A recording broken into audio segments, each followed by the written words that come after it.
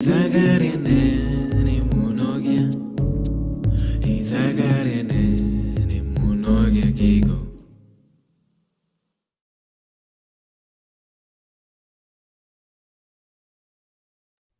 right, welcome back.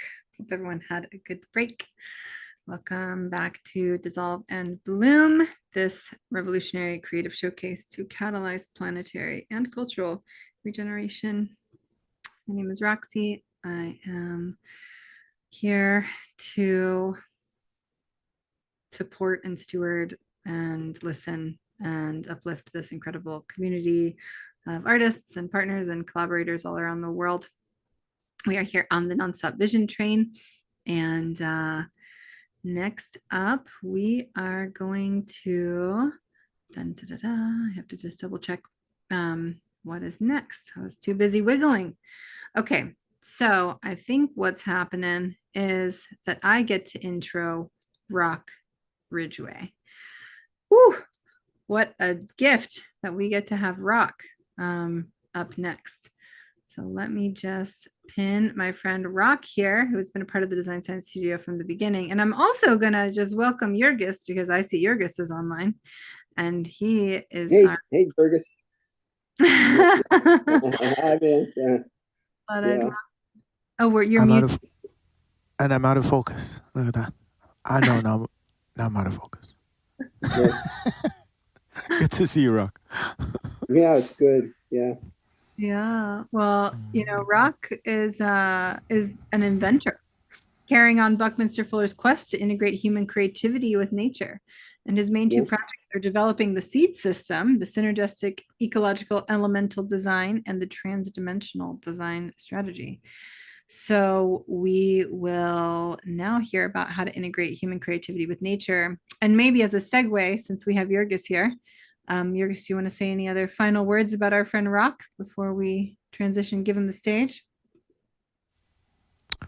Well, it's very interesting because I would go into the personal, and going into the personal is interesting because it's something that's been developed over the past 4-5 years of being in this virtual relationship, of experiencing so much beauty and so much I would say one thing is the tenacity and this optimism moving forward, but also this very earthly approach to how we tackle problems. And so, again, I find myself not being able to do an introduction on what we do exactly, but more the character and the attitude of the people in the room. And Rock is one of those persons which I could speak so much about in extension. But after I've showered you with praise, and saying it's an honor to be in this quest to elevate consciousness and change systems on the planet, I would actually like to hear more about what you're doing currently. So I will desist from continuing. Yeah. Well, listen, I had no plans whatsoever for this meeting. I'm doing a little experiment because you can just turn me on and I can go. But I was thinking about the vision train while Amanda was talking, and I was seeing this these school buses that had solar panels on them on the train that were going from like a town to town, and they would like Ringling Brothers, they had their carts on the trains and they would unload them and they would go and set the circus up. And I was seeing all these school buses turned into like schools of the new age crafts. So like one's wood, one's pottery, one's fabric, one's just everything you manage. One's computer work, but it's like a school. They're school buses, but they're like a school, and we have the ability to go someplace, set ourselves up, and create a village on the spot. And when we create this village on the spot, we're also leaving behind the ability to recreate itself. And so I was seeing the vision train going around like laying seeds, and the seed is a whole village. And but I really, let me tell everybody what I'm doing. So I've learned how to emulate the way carbon atoms congregate when they make everything. Carbon is everything living. And it's just a different shape. That's all it is. And in fact, the whole synergistic thing is just a new group of shapes that reflect the way nature's doing it, basically. Okay, so I've taken that. Bucky Fuller said that make the world work and for 100% of humanity in the shortest time possible without, help me somebody. Anyway. Ecological offense or the disadvantage of anyone. Okay, thank you. Yeah. So when I was a young kid, I was thinking about how we fix the world. We're young, we think we can do anything. And Bucky Fuller, I encountered him when I was real young, and what he did is he gave me a model of the way energy creates everything, and then I began applying it to everything I get my hands on, and I discovered like this whole new world that was hiding in these shapes. And so what I'm seeing is that we're going to take the indigenous crafts, building and the modern crafts, and we're going to make a transition by going from the box to the crystal, and the rules change. Suddenly we can do so much more with so less, and the stuff that we create is so much stronger and than the traditional thing. And listen, I'm not timing this, so you can tell me when to stop. I'm good about abrupt. Let's see. Anything? Where are we at? Any questions? Anybody got any questions? What I'm doing now, I'm making a pirate ship for a Renaissance fair down near Austin that's made out of a bunch of sails, and I'm making these enormous sails, and it's kind of like a tensegrity, gives the illusion that the audience is in the boat. It's got a mast and everything. Anyway, that's what I'm doing at the moment. So anyway, if we had this train, and these are like these school buses can either be used like for a crafting factory, or it can be used as a school, so that we could round them up, set up a big structure in between, and every time the vision train goes, does its gig, it leaves behind a seed of replication, and it'll go quick. I mean, people want it. How much time do I got? Rock, you have, about 8 or 9 minutes more. And I wonder, Jurgis, would you be down to ask Rock some questions? What do you think? Yeah, please. Yeah. I have a quick question for Rock. Shoot, Mark. Yeah, you talked about the seed project, and seed keeps coming. Oh, okay. Yeah, okay, yeah. Yeah, so imagine that you've got like a dozen things. You got like a dozen things. Right now we've got like millions of things, and we're destroying the planet with all these millions of things we're creating. So imagine though that you only had a dozen things, but each one of these things was like mind-bogglingly super multifunctional, like from another planet stuff, but designed in a way where they all work together. So you have like a chameleon is one of them, is a garment that you can use like 50 different ways.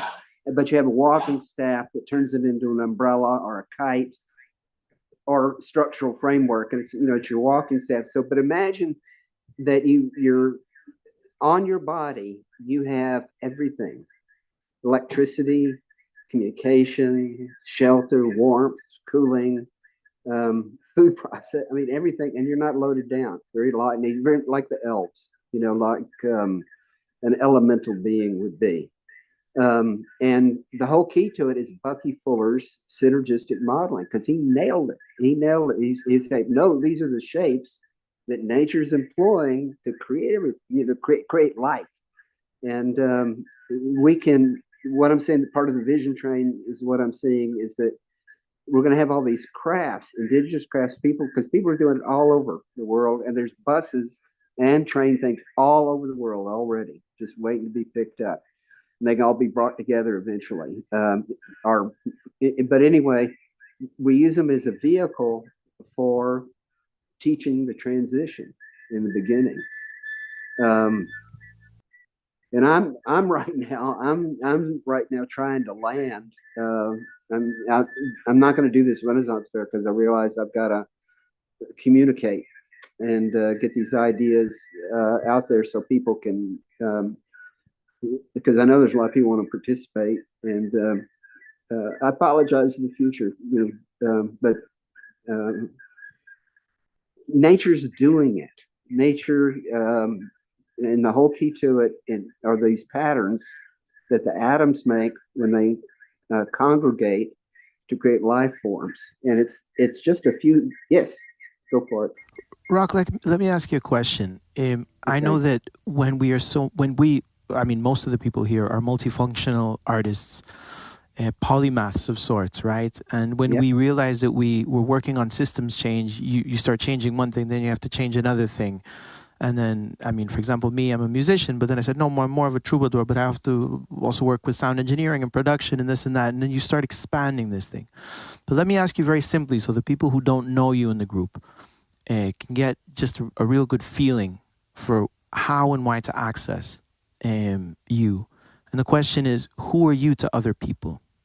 What tool are you in this regenerative re-evolution toolkit, and when should they If I say reach it, I'll for get in you? trouble.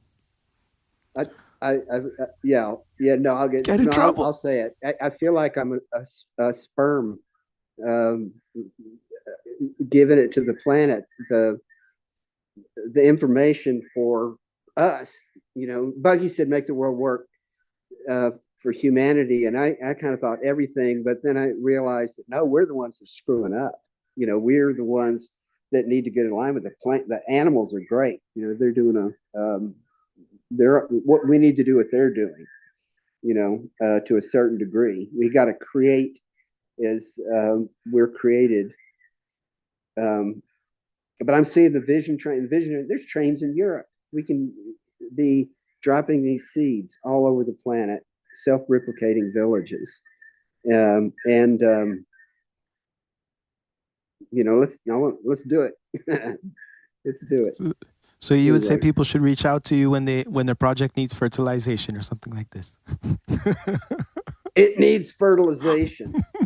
I'll tell you honestly, if we can keep me with an endless supply of things to cut up and to put back together for the rest of my life, that's where you'll be able to squeeze the best bang out of my life, so that I'm always creating. Because it's nature. If you look at the diversity of nature and you realize that just making the Bucky Fuller switch from the cube to the crystal, but then you look at the diversity of nature, and it's like, oh my God, this is incredible. There's no end to it. It never ends. It's evolution is just a creative. It's something for creation to do, and we can enter into a conscious unity with nature's creativity with Bucky Fuller's thing. And that's why I think this vision train has a way to bring all these different crafts together and then share Bucky's modeling. And that's going to do it. They'll be able to preserve the old cultures, but bring it into the future, bring it all into the future, and it's just it's not a different set of shapes. It's a bigger set of shapes. I'll just say it that way. So, Rock, Bucky talked about making himself guinea pig bee, and to take himself and put himself into the life that he imagined and work towards all humanity, towards the betterment of the planet. And I know a few people in the design science studio, actually many of them, but you, my friend, are guinea pig bee for yourself, and I want to thank you for all that you do. No thanks. Well, Rock, it's a crazy ride, I'll tell you. We're all in it together, and I see it's going to be hardest here at the first because we're having to do all the setup, but once the machinery's in place, it's playtime.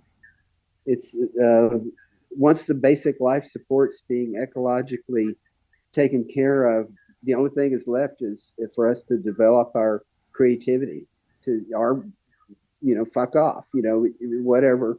But right now we have the money right now is, it's like slavery is really what it is. And we don't have to have it. Nature is so efficient. It's so efficient. You get, instead of having 3 dimensions, you get 6, yeah. Rock, Yes. let me ask you the last question, and we'll segue onto Suparna. I love this idea of creative fertilization, and very often, and especially in this group, I realize that there's people who hold pieces of the puzzle that we don't possess. Almost, and we're talking about, bringing these different talents and different skills. For me, it's almost this beautiful thing where it's like 2 artistic creative DNAs match to create something new in the spirit of co-creation. Let me ask you, what kind of artistic creative profile, what kind of regenerescence, I don't know, regenerative person DNA profile gets you excited, or are you looking to expand with and to search for new projects? You know what? I'll tell you, really, we need some pioneers. I mean, we're pioneers right now, and we got to create the model, but we also got to do the song and dance, because we got to tell the story, and the idea about, backcasting a movie about how we got there is, I think, brilliant. And, and all of us, we just,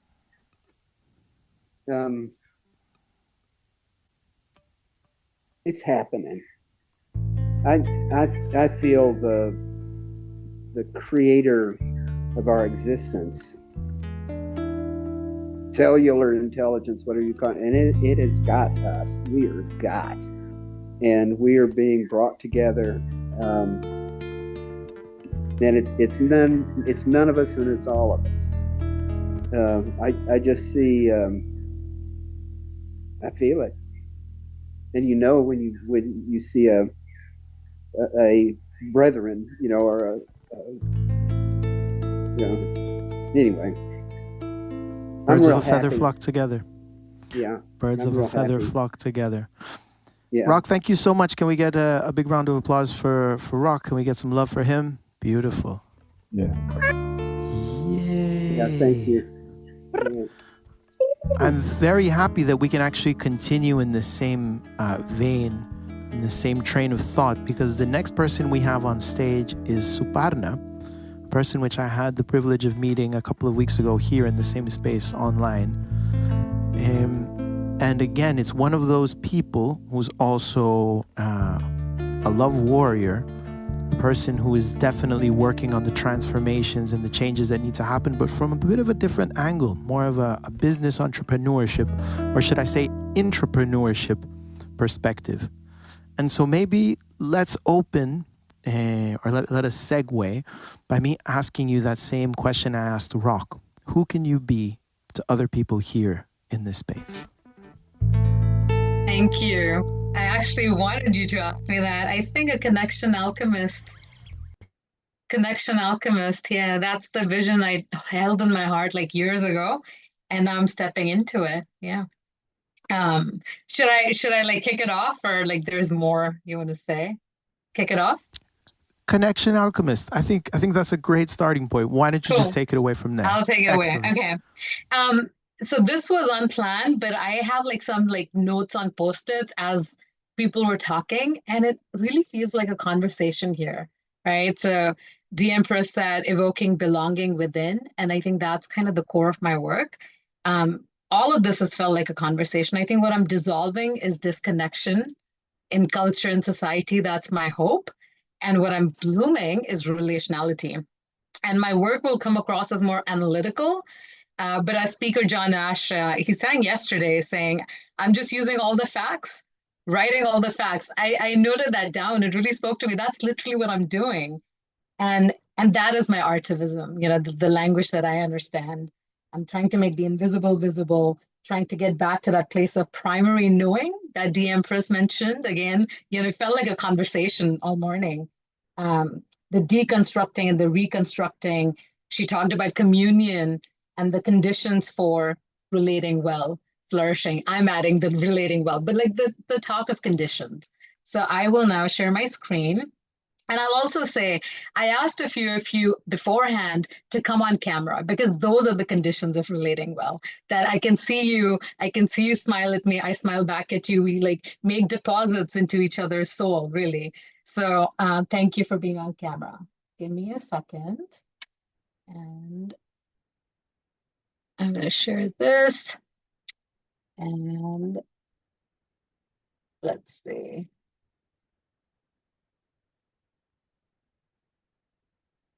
And my apologies, I have to hide my face. That's also the condition of relating well. Who wants to see their face while they're talking to others? But for whatever reason, I'm pinned here. Okay. All right, so here we go. So my focus is to design relationality back into life. And what that means is my dream is to develop a studio, and I've given thought why I want that form factor. I'm not going to get into that today, but I do know that I'm going to name it Yush, which is a Sanskrit root word that means to unite or connect. And why this work? Like all mission-driven work, it's personal. I know Rin mentioned yesterday, facing repeated loss in life, and that's kind of been my story. And it's also a story of deep accompaniment, deep connection. And so, I've kind of seen this issue of disconnection from both lenses, the lens of accompaniment and loss. I've also lived and worked across cultures, so I've seen this play out very differently in different spaces. And I've worked in big companies and big tech. And so I understand our blind spots, and I also have empathy. I have empathy for the people building these spaces without realizing how it's impacting culture. How I see the challenge of disconnection, I think it's the root cause of a lot of our chronic issues of our time, whether it's loneliness or addiction. I can throw a lot of data points. I mean, they're all over media, but I think I don't have to, because it's deeply felt. We've all felt it. We've all felt disconnection. We've all felt, connection as well, right? In our bodies and our lives. And it's diffused in the everyday mundane. I think that's why it's so insidious. It's embedded everywhere we look. There's no one clear through line. It's in how we relate to ourselves. So after a long work day, we may, well, maybe not people here that are like maybe connected to self, but in general, my peers, they find ourselves kind of binge watching Netflix 3 hours straight after a long work day instead of sleeping. It's on how we relate to others. We may bypass a grieving coworker because we just don't know how to engage with them in their grief. We get pulled into notifications when somebody we love is sitting right next to us, wanting our attention, right? We're decompressing in ways that are kind of seeding that disconnection in those micro moments.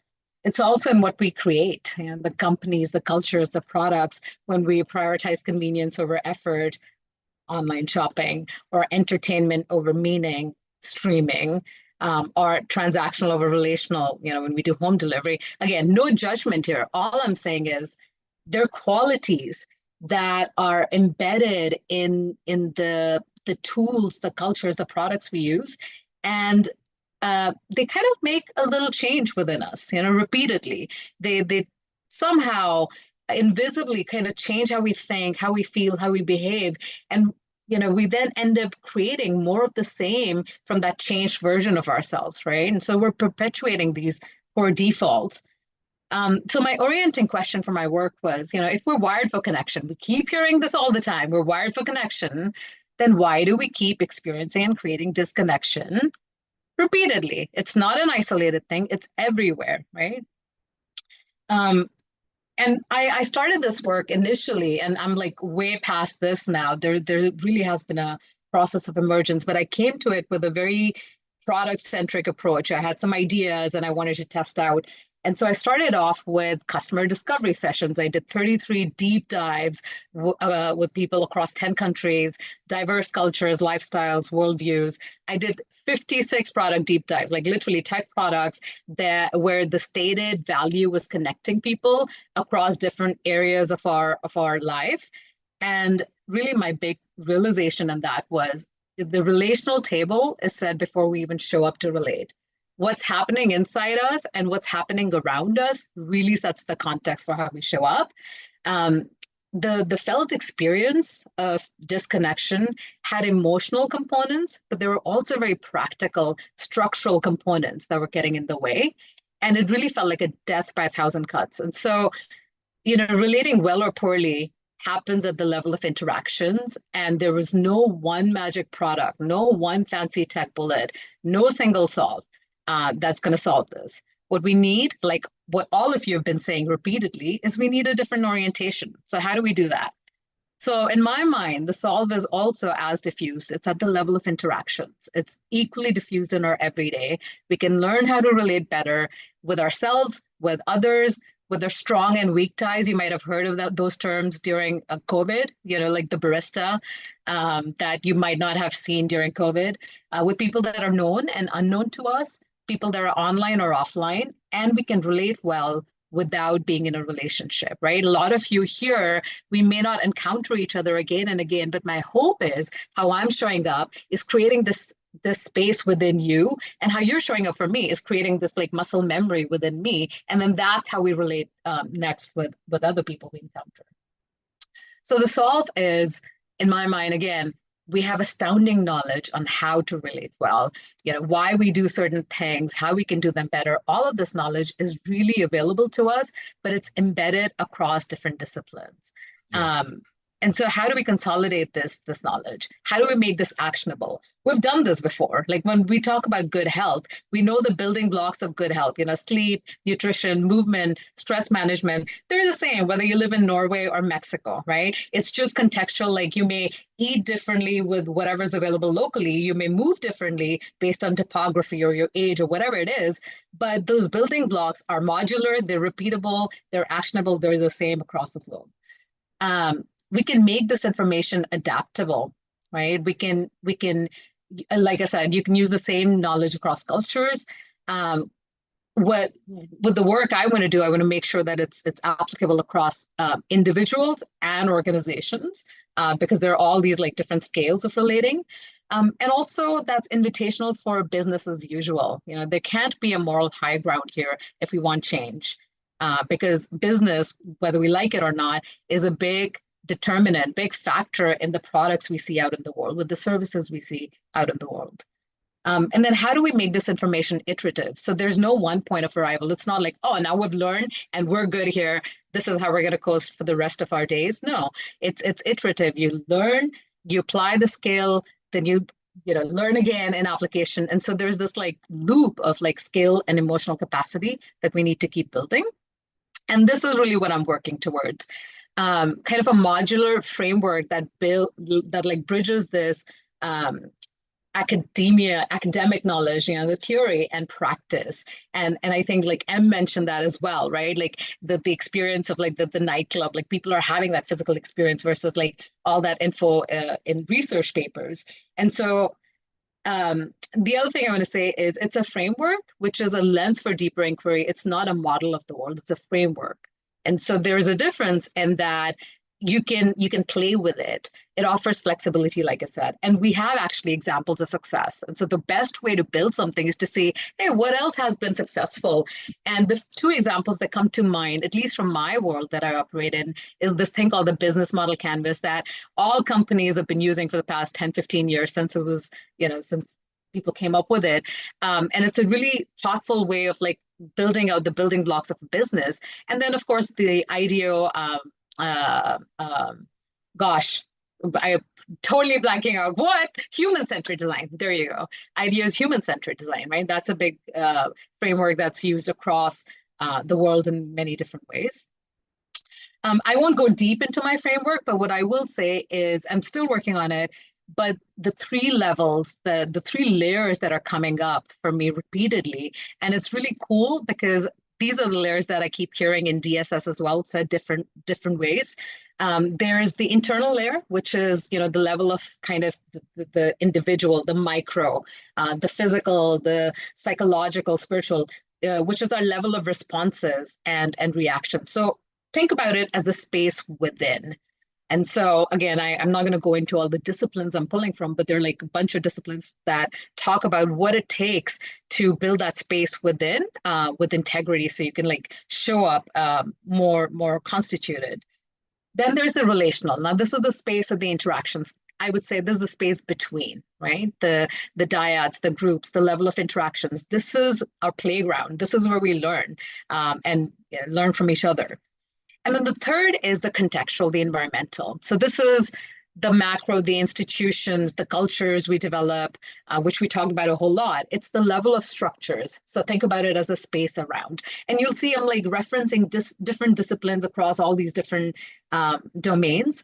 But really, to simplify, there are really two lenses. We're looking at these three layers, but we're looking at it from a scientific lens, and we're looking at it from a philosophical lens. That's really what it is. We're saying, hey, what does science tell us about what's happening within our bodies, or what's happening? Like, how do we relate well between two people, or within a group, or how do you create structures that enable relationality, right? There's a science around it across what is like biology, cognitive science, systems thinking, social sciences, organization design, architecture, all of that, right? Then there's the philosophical. And the wisdom traditions, we talked about indigenous thinking and learning and language, all of that, and it's peppered across the world. The same threads keep showing up repeatedly. Also practices like nonviolent communication, right? And that's like a philosophical, but also practiced scientific approach. So it's interesting that we have a lot of this information. So those are the two, I would say, like broad perspectives. Lots more to it, as you can imagine, but to both perspectives, the scientific and the philosophical, agree on two big things. Ask me in a few months, maybe there are like other things that come up, but these are two things that I think. One is integration across all these layers, right? You can't have just let's reference back to like physical health. You can't just like sleep really well and think, oh, you're healthy. You're gonna like do all the things, right? You need all those building blocks, but also they keep changing. So there's a feedback loop between all these different building blocks, and they're always in movement. And so they're within each building block, there's a dynamic balance. We talked about polarity. I think there was reference with the different language earlier, but there's a polarity of needs, and you can overdo a good thing. So you kind of need independence. Let's talk about like, relating well. You need independence, you need interdependence, you need both. You can't over-index on one. We need listening and we need expression. You need both. We need stability and growth. Now, like look at biomimicry, right? I can like go on and on, but you get the point. You need both poles, and there's a dynamic balance where health happens. And what this way of thinking also does is it solves for that felt experience that I referenced earlier. Remember when I said people had this emotional experience and a practical experience of disconnection? When you start solving at these three layers, you actually start addressing those practical things that create this disconnection at the emotional and the practical level.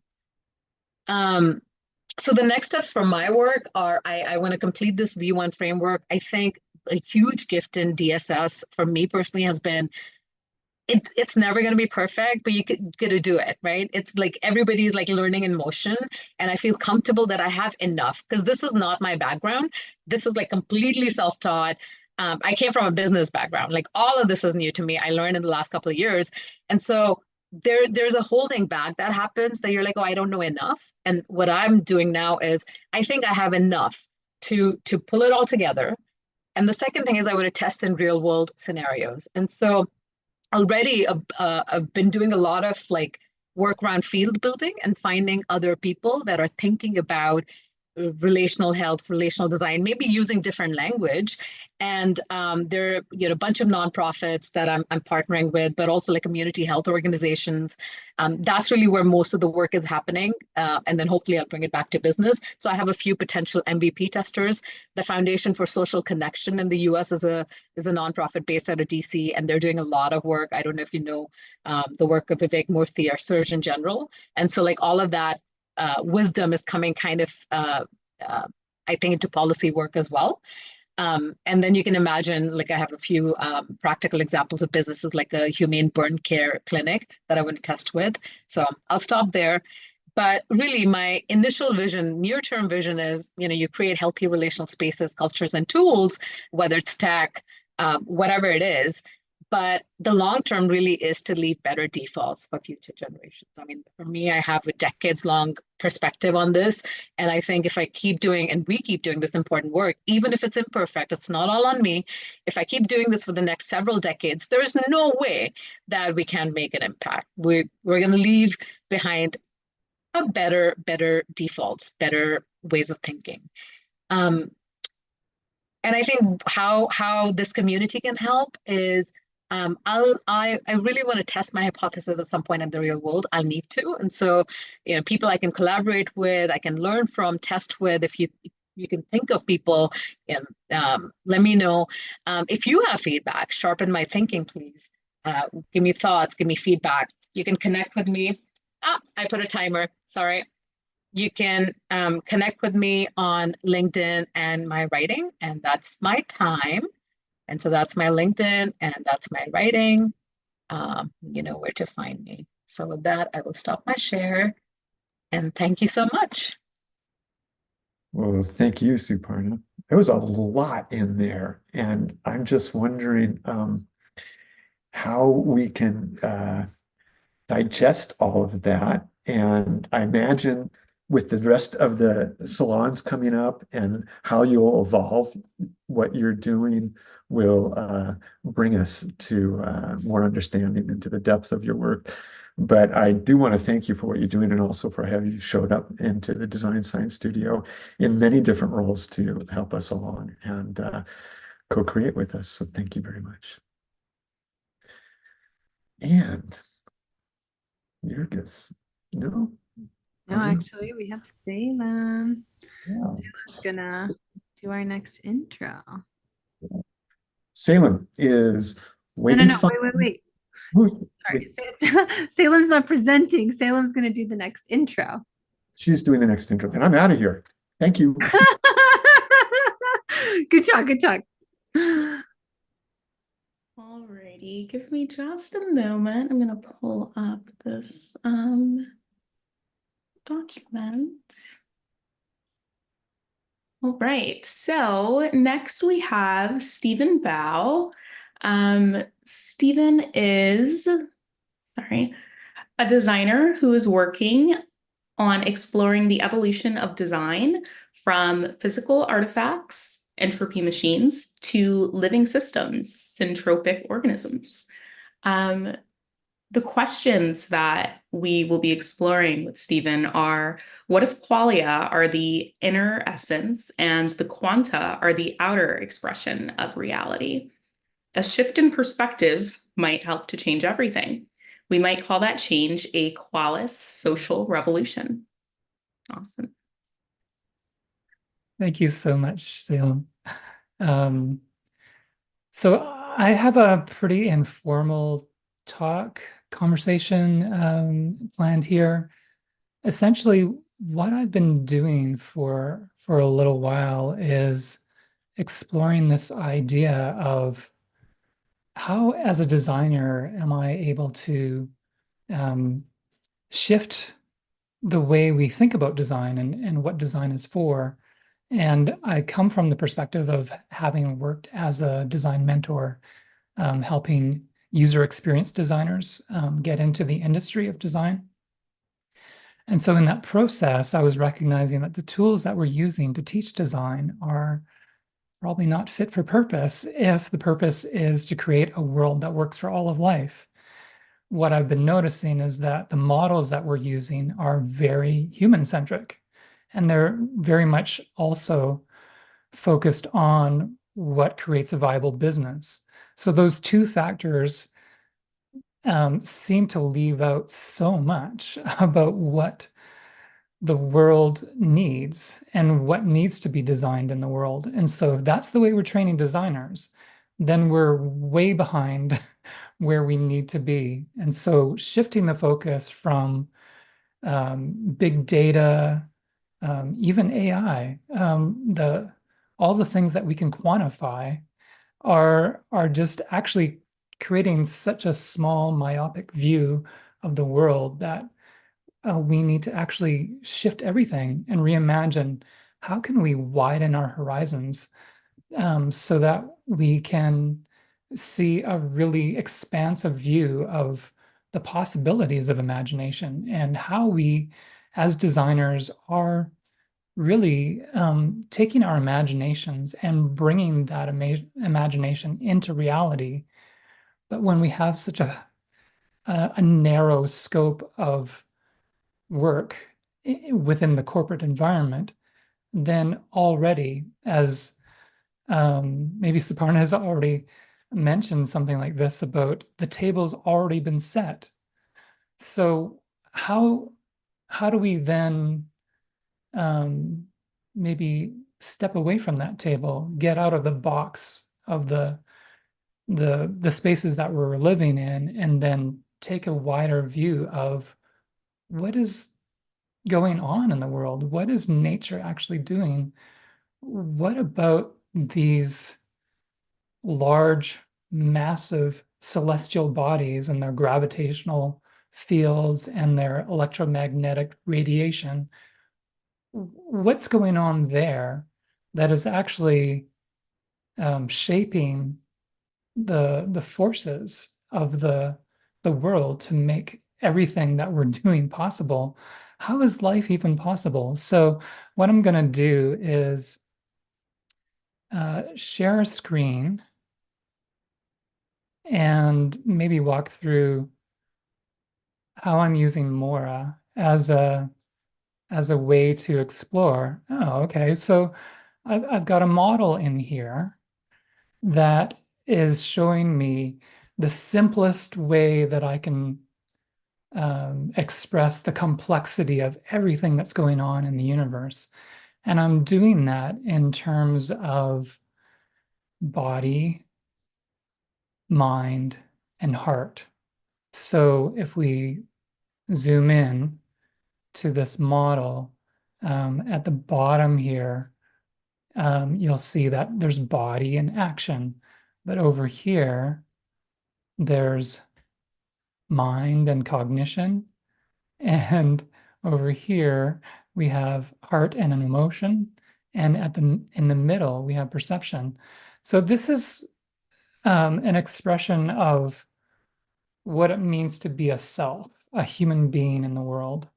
And through that understanding of what it means to have action, cognition, emotion, and perception, that's a way of understanding and user experience design. What are we designing for? What is human experience?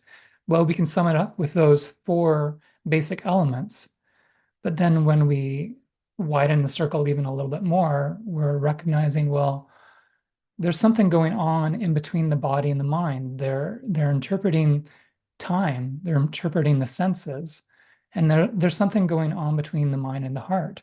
And we're interpreting, sensing energy. And so this was something that I came up with in this summer, was recognizing what's the difference between senses and spirit and soul. Like it just feels like they're all mixed up, and I don't know what the difference is. But when I take a look at, what's going on in this model, there's something happening in between the synergy and the intuition that are going on in between the mind and the heart, are actually a way of reading the spirit and the energy within a room or in our environment.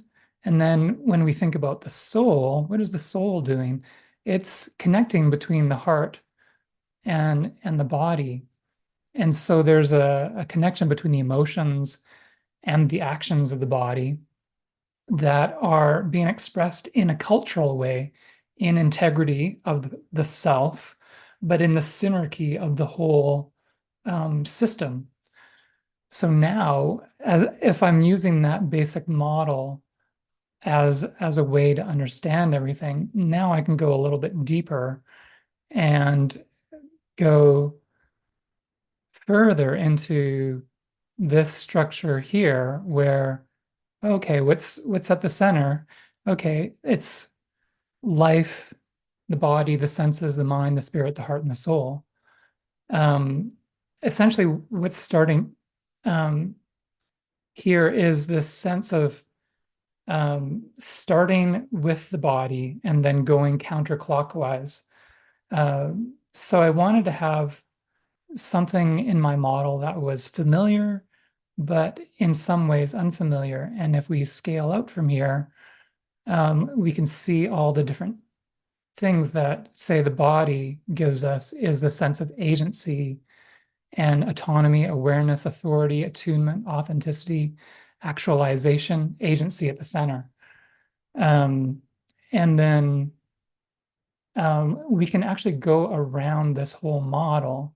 And so I won't go into detail, but so that gives us a sense of, oh, it becomes more complex the deeper we go into it.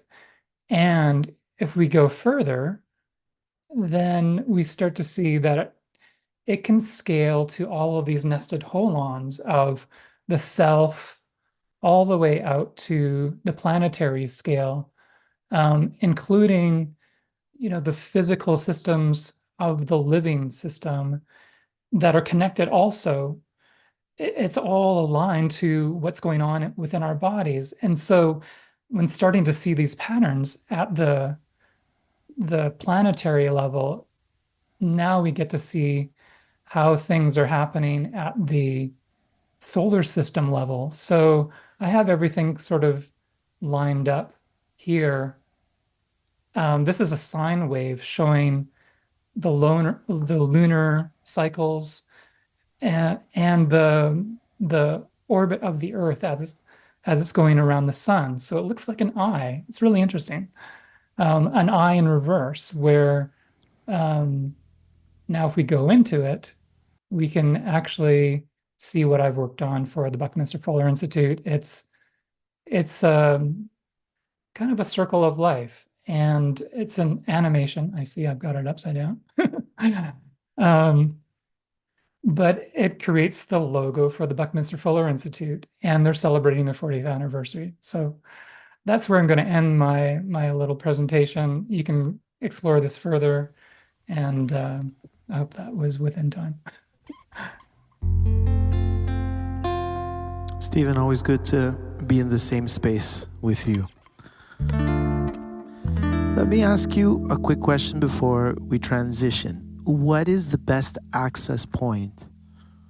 What is the opening narrative? What is the opening line into this world of synesthetic, interdimensional cognition understanding? Right. How do you enter it? What's the access point?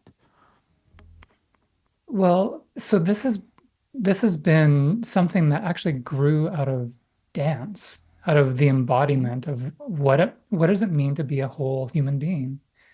And there was a dance studio that I was working with just before the pandemic. So they actually had to shut down everything during the pandemic. And so that project kind of went away, but I continued the project into the design science studio. And I continued to ask that question. If we're designing for a whole human being, what does a whole human being look like? How are we designing for life? And the major shift that's happening here is, what's the difference between human-centered design and life-centered design? And this is the model that I came up with over these last few years, is it's trying to map out that complexity of what life is, and then bring it down to, oh, it's that tetrahedral shape. That's a couple tetrahedrons mixed with each other, and it connects with what Bucky was talking about. And so the starting point for me is actually like, how would I invite my grandchild into this experience of this is what life is like. And starting really simple and then having a way to go really, really complex over time. That's so beautiful. It's so beautiful because it's interesting when we have yet to find good words or enough expression to what we want to pivot into. Everybody's guess is good. And it's kind of like, I love this idea that we're kind of putting dots, placing dots, which people connect on their own. And they say, yeah, that's what the Regenaissance feels like. That's what it sounds like. That's what it tastes like. And you're definitely one of the people contributing the most thoughts that at least I've interacted with over the past couple of years. So thank you so much for that. Sure. If I could sum it up, it would just be like, what does love look like? That's it. What does it sound like? What does it taste like? Yeah. What is it? Yeah, How exactly. do you create It's expressions? the full embodied experience of love. That's very beautiful. Well, I'm fortunate enough to have the next 10 minutes with this lovely group of human beings. Can we get a lot of love for Stephen? Yes, let's get a lot of love for Stephen. Amazing. Yay. I'd like to continue along those lines. I've been working here on Ibiza for the past couple of years, prototyping a new form of gathering, a new musical genre. We have been working with regenerative farms and other forward-thinking individuals and organizations, asking ourselves the question, if we're pivoting into new reality, one that is irresistible, one that is absolutely delicious, one that we wish to co-inhabit, but also to propel future generations into, what does it sound like? What does it taste like? What does it feel like? If we're deep in regenerative agriculture and other forms of regenerative expression, how do we gather?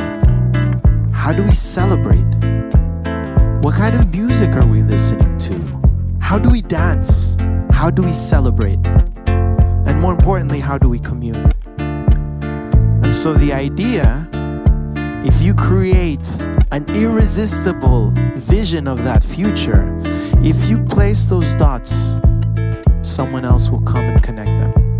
Ladies and gentlemen, I've got 10 minutes with you, and I would like to share a little bit of that vision. I'd like to, more than share it, I'd like to invite you to pitch into it. And before we begin, I would like to share a fragment of a song just to set the tone. Just so we know we are all on the same page, writing poetry that reminds us of home, a place that we aspire yet to be. We aspire and strive to be. But how do we know? How do we know? How do we know that these seeds were planting? How do we know? How do we know? How do we know that these seeds were planting? Will grow. How do we know that they'll grow? That they'll grow, will grow, grow, grow, grow, grow. If we are animate soil, if we are fruit of the earth,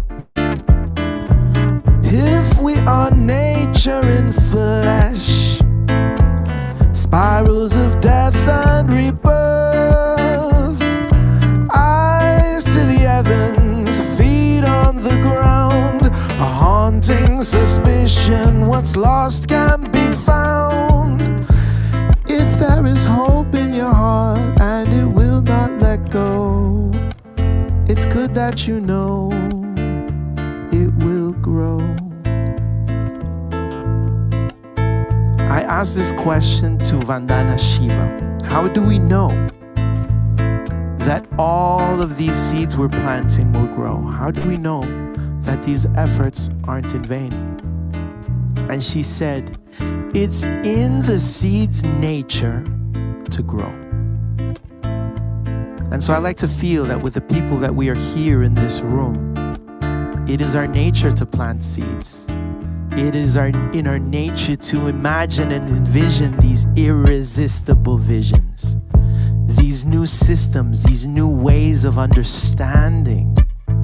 If that resonates with you, can I ask you to turn on your cameras, to show me your hands, to turn on those microphones and give me a good proper aho. Oh. Oh. I also asked Zach Bush. How do we know? How do we know that these seeds we're planting will grow? And his answer was a little bit different. His answer had to do more with the idea that it is not only in our nature to grow, but that it is inevitable. That evolution says that we always find a way. And no matter how messed up it seems, there's a part of us that will not be kept at bay. And that's why every time I'm in this space, I feel so comforting to know that I'm not a lone crazy person, with crazy ideas. Because in this room, there's at least, I don't know how many of you whose ideas are even crazier than mine. And that's how I know that those seeds will grow, grow, grow, grow, grow, grow, grow. They will grow, grow, grow, grow, grow. I love the movement of the hands. Grow, grow, grow, grow, grow, grow, grow, grow, grow.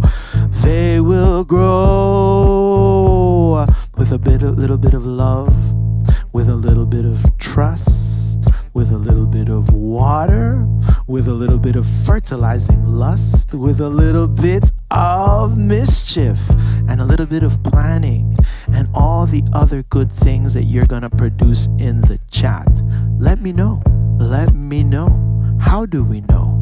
What are we gonna do? How can we be sure that these lovely visions that we're casting will grow, grow, grow, grow, grow, grow, grow, grow, grow?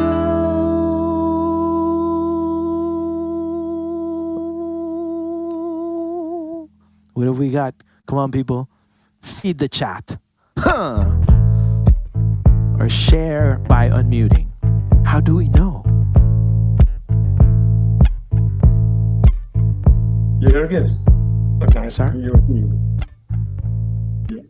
I'm feeling these story seeds we beam. That's how we're growing. See, you're all turning green. Thank you, Mark. Who else has got something for us? You said it. It's in its nature. It's in our nature. Who else has got something for us?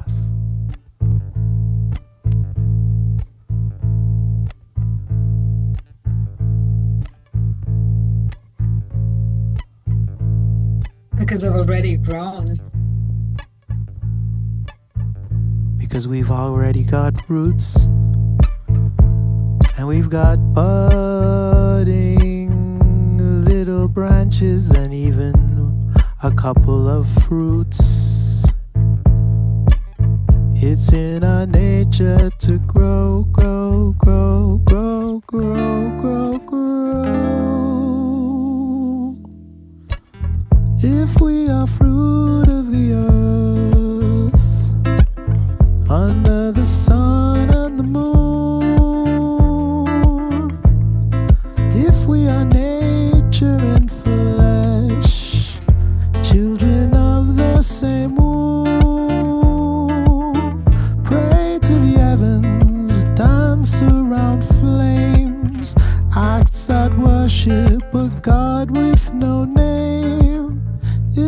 there is hope in your heart, know that you're not alone.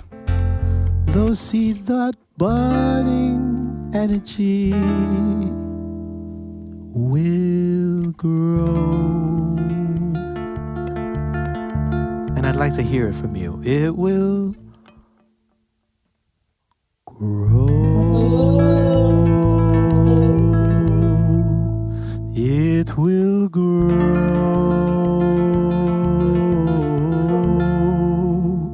Will grow, grow, grow, grow,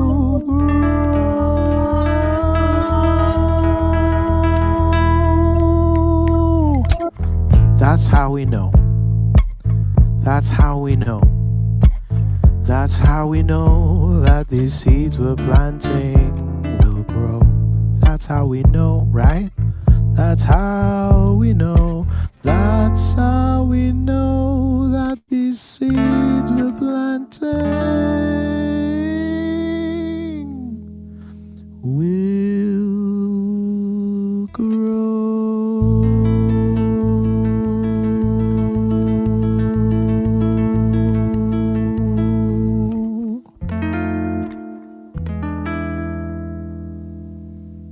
Lovely. Do you guys enjoy that? Beautiful. I'm super excited right now to introduce Cleo Barnett. I don't believe we've met Cleo yet. Or have we met Cleo? I don't think so. I do know that you work with communities. And I do know I read a little bit about your profile. And I'm excited to be sharing this space with you. And how are you feeling today? Feeling really good. Really grateful for that music. Thank you. That was very beautiful. It was a beautiful way to drop in to this special community.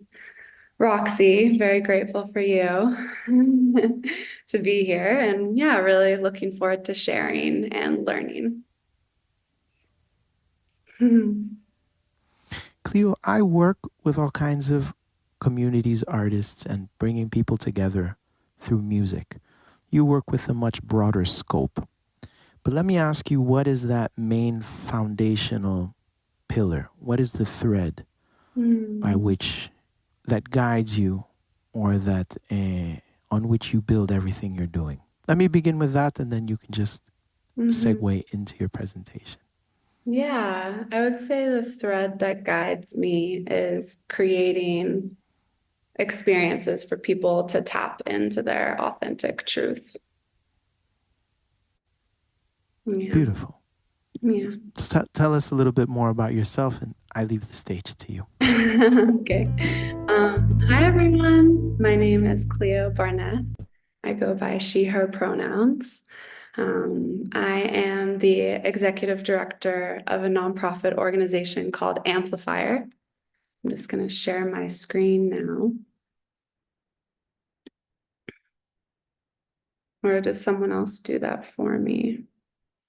It's a question. Share screen. Here we go. Great. Yeah. And so we are a nonprofit organization that builds media experiments to amplify social movements. We really believe in the power of uplifting voices that have been systematically erased from mainstream media and bringing those voices out into public spaces to shift consciousness on a mass scale. Your slideshow is not showing yet, just by the way. It just, Okay, it says my screen is paused. yeah, maybe click the play button or reshare. It shows slideshow. I can try to unshare for you and you can reshare. Okay, let me try that again. Let's see. And I'm also going to share for you if you want to just give me the link in the chat. Yeah, that works. I kind of have a lot of slides though, so let's see, new share. See if that works. Interesting. I've never seen this functionality before. Sometimes it does this if you haven't updated, and they like to update Zoom all the time. Okay. All right. Well, I can share the link with you, but there will be a lot of slides, so just bear with me. Where is everyone calling in from today? Where's everyone streaming from? So curious. Roxy, I'll share this with you. Los Angeles. Okay. I just gotta make sure that. Jorges in Ibiza. I'm in Okay. Ibiza. Okay, Roxy, I'll share this with you now. Oh, wow. Washington, D.C., Portland, Oregon, Chicago, Florida. So I'm in Mexico City today. Been here for Art Week, so coming to you very inspired. And okay. So we can go to 2 slides from here, but this is the work that we bring. And so this is a really important image to the founding of our organization. So Amplifier actually started as a art project, and this image was taken on the Lakota reservation. And if you go to the next slide, we were really interested in how we could take photographs that were captured for inside the pages of things like National Geographic magazine and actually bring them out into the streets where people can't subscribe or unsubscribe from the message. So on the next slide, you'll see that this artwork, that was the original photograph. And then we worked with the Lakota people to come up with the slogans for the artworks. And in the next slide, you'll see there, we worked with incredible artists from Shepard Fairey, which allowed us to reach millions of people with his following, but also very, very iconic Indigenous artists, including Greg Deal and Ernesto Llerena, to take the photographs for inside these exclusive publications and then mass distribute this work out into the world. And so on the next slide, you'll see that we were very punk rock when we started. We were literally just printing this artwork out as posters and stickers, and all the artwork, which you'll see on the next slide, points to a website. And on this website, you were able to download the artwork. So the idea was really to democratize artwork. On the next slide, you'll see people started bringing this artwork out to road blockades. And on the next slide, you'll see there's at community marches. Next slide. And into all different kinds of protest movements. And so we knew that this formula was really powerful about working with communities to create a beautiful visual artwork that allowed them to kind of tap into popular culture. And on the next slide, we started reaching out to all of these amazing artists in our community. This is from Ernesto Llerena, and asking them, what messages do you want to share with your communities? What movements do you care about? So we started working with immigration reform movements. The next slide, climate justice movements. This artwork was from Josh McPhee, and then criminal justice reform movements. It's okay, you can keep going. And then our formula was really the same. So we took these powerful graphics, and then on the next slide, you'll see we brought these artworks out into public spaces. And this served 2 purposes. One is you could reach mass audiences by bringing this work into public spaces.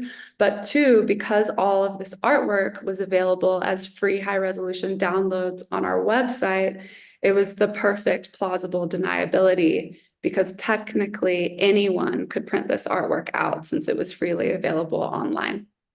So if you go to the next slide, then we were really interested in how can we hack other spaces outside of just public spaces. So we started working in office buildings and then also in soccer stadiums. So we're always interested in how we can create this beautiful artwork, but then hack different public spaces.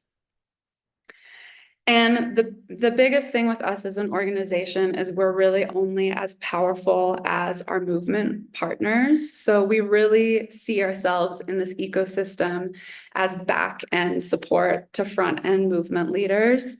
The founder of Amplifier, Aaron Huey, and myself, we've really specialized in reaching millions of people with messages, but we are not the people that determine what the messages are. We work with movement leaders to help craft what the core messages are. And so I wanted to share with you all like a case study that very specifically goes into our design approach. So we come from a human-centered design background, and I don't know if anyone has seen this artwork. This was a campaign that we were operating out of a backyard in Seattle when we launched this campaign, and we kind of had no idea how successful it was going to be, but many people don't know the story behind how the artwork was created. So this artwork was created 100% in community. The day that Trump got elected, we started gathering communities all across the country. And it was people like you all. It was poets, musicians, thought leaders, journalists, folks that worked in government, folks that worked in the private sector. And we asked everyone the question, what would you want to say about the values of the United States when you know the whole world is going to be watching? Go to the next slide, and the next slide as well. So that was the prompt. And together as a group, we landed on the idea of we the people. And the idea was to really reclaim this language that excluded many people. If you go to the next slide, and pair it with unassailable phrases that couldn't be pegged to a political party or side, but really phrases that connected us. So we the people defend dignity, are greater than fear, and protect each other.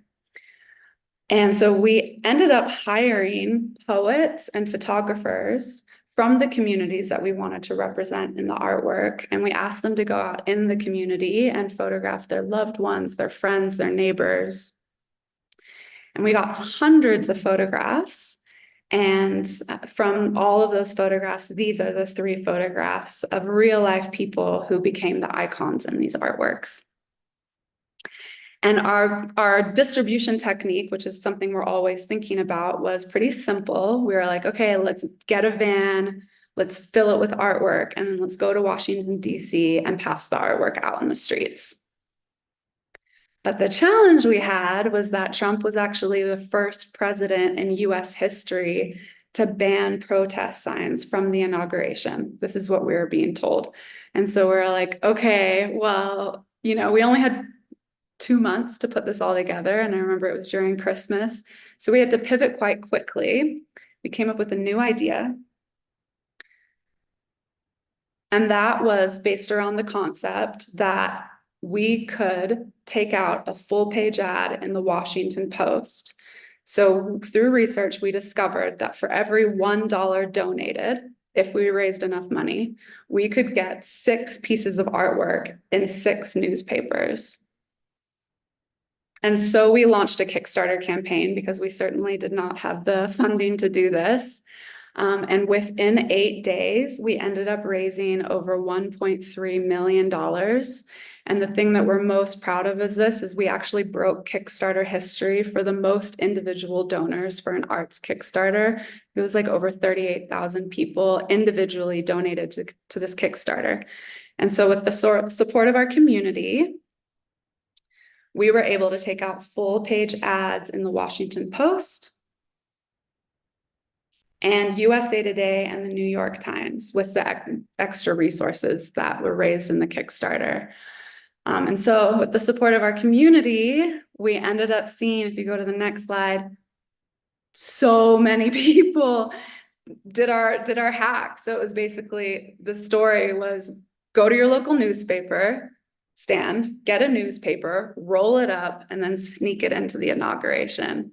And so we hacked the inauguration. And then the thing that was so inspiring was we started seeing this artwork printed out in countries all around the world. Our website was literally crashing. We had millions of people viewing our site every day, downloading this artwork. And we had artwork in Brazil. And you can go to the next slide. This is the free downloads, but it was like Brazil, New Zealand, Argentina, and the women's marches all around the world. We started seeing this work. People made dresses, people made stamps, people projected the artwork onto the sides of buildings. People even got tattooed, I believe. Yeah, people even got tattooed with this artwork. So it was really an incredible testament to the power of open source artwork and what happens when people, take these messages and make it their own. And so what happened next, I think, is testament to the ethos of our organization. We're always looking to respond to the needs of our community. And if you go to the next slide, you'll see that we started seeing this artwork popping up in classrooms all across the country, which was really, really beautiful and really unexpected. But the challenge that we were running across is teachers were reaching out to us saying, this artwork is so beautiful, but it's sparking conversations in the classroom that our teachers aren't equipped to talk about, because just because you're a teacher doesn't mean that you're a social justice organizer. And so what we did with the extra money raised from the Kickstarter campaign, go to the next slide. You can go to the next slide, even though there's a powerful story there. We started the Education Amplifier program. And this was just very grassroots. We put an open call out on our social media asking educators to sign up to the program. And when they signed up, we would send them free artwork.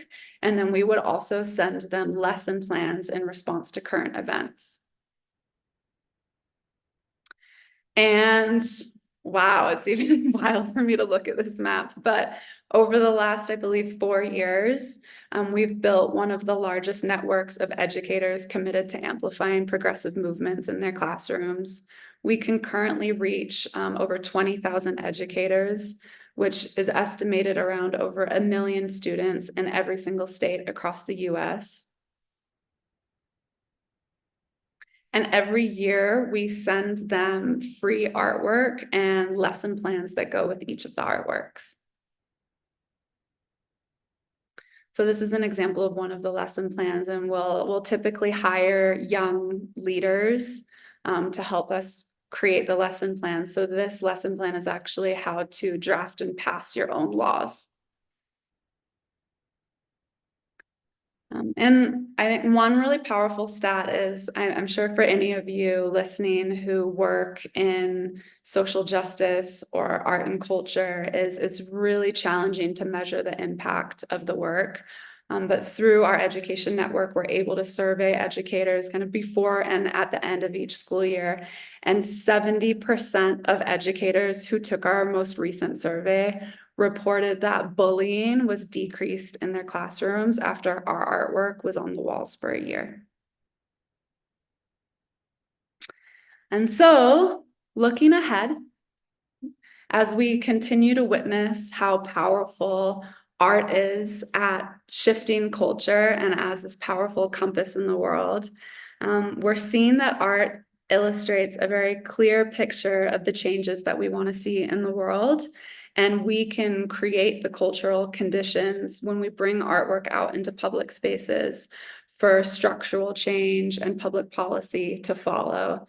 I remember when someone put this meme on Instagram, and I was so blown away that, 1 year after this artwork became part of the consciousness of the people in the US, that we had the most diverse group of people elected during the midterm elections. So this was very powerful to me. We truly live in a world that wants you to feel small and wants you to feel overwhelmed into inaction. But the truth is, your actions are powerful and they deeply matter. And as my favorite, the late science fiction writer Octavia Butler says in her book, The Parable Series, whether actively or passively, each one of us are birthing the world to come. And so I ask each of you that are tuning in today or listening in the future to ask yourself the question, how are you harnessing your passions and your values to shape the world to come? And that's all from me. Thank you so much.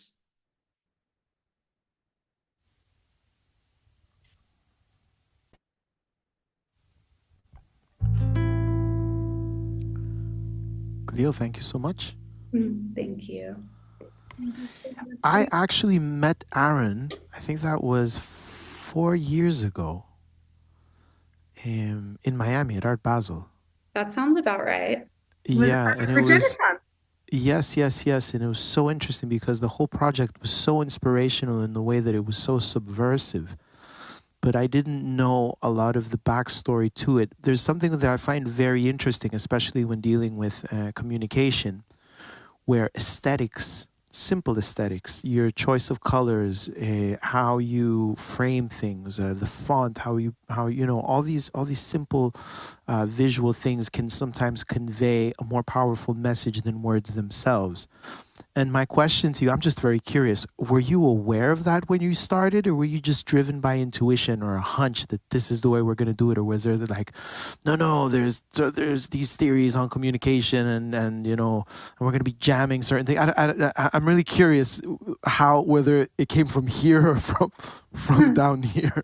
I think a little bit of both. It was really interesting. So I grew up in New Zealand and I relocated to New Zealand when I was 18 years old, and I was on the pathway to be a businesswoman because that's what my parents wanted me to be. And I was studying political science and international business. And then I started looking into like the media industry and news cycles. And I just started to see how clearly populations are brainwashed into kind of this pathway of, we all know the pathway of what mainstream society wants you to be in. And intuitively, from that intellectual place, I was like, I want to start curating public art. And it really came out of nowhere. And my family was like, what are you talking about? Like, you've never even been to an art show. And I was like, I just want to bring artists into public spaces so that they can share what they're working on, which is obviously like in the fringe and outside of this capitalistic structure. And I want to find funding and pay them to bring their art into public spaces. So I started doing that when I was 18 in New Zealand.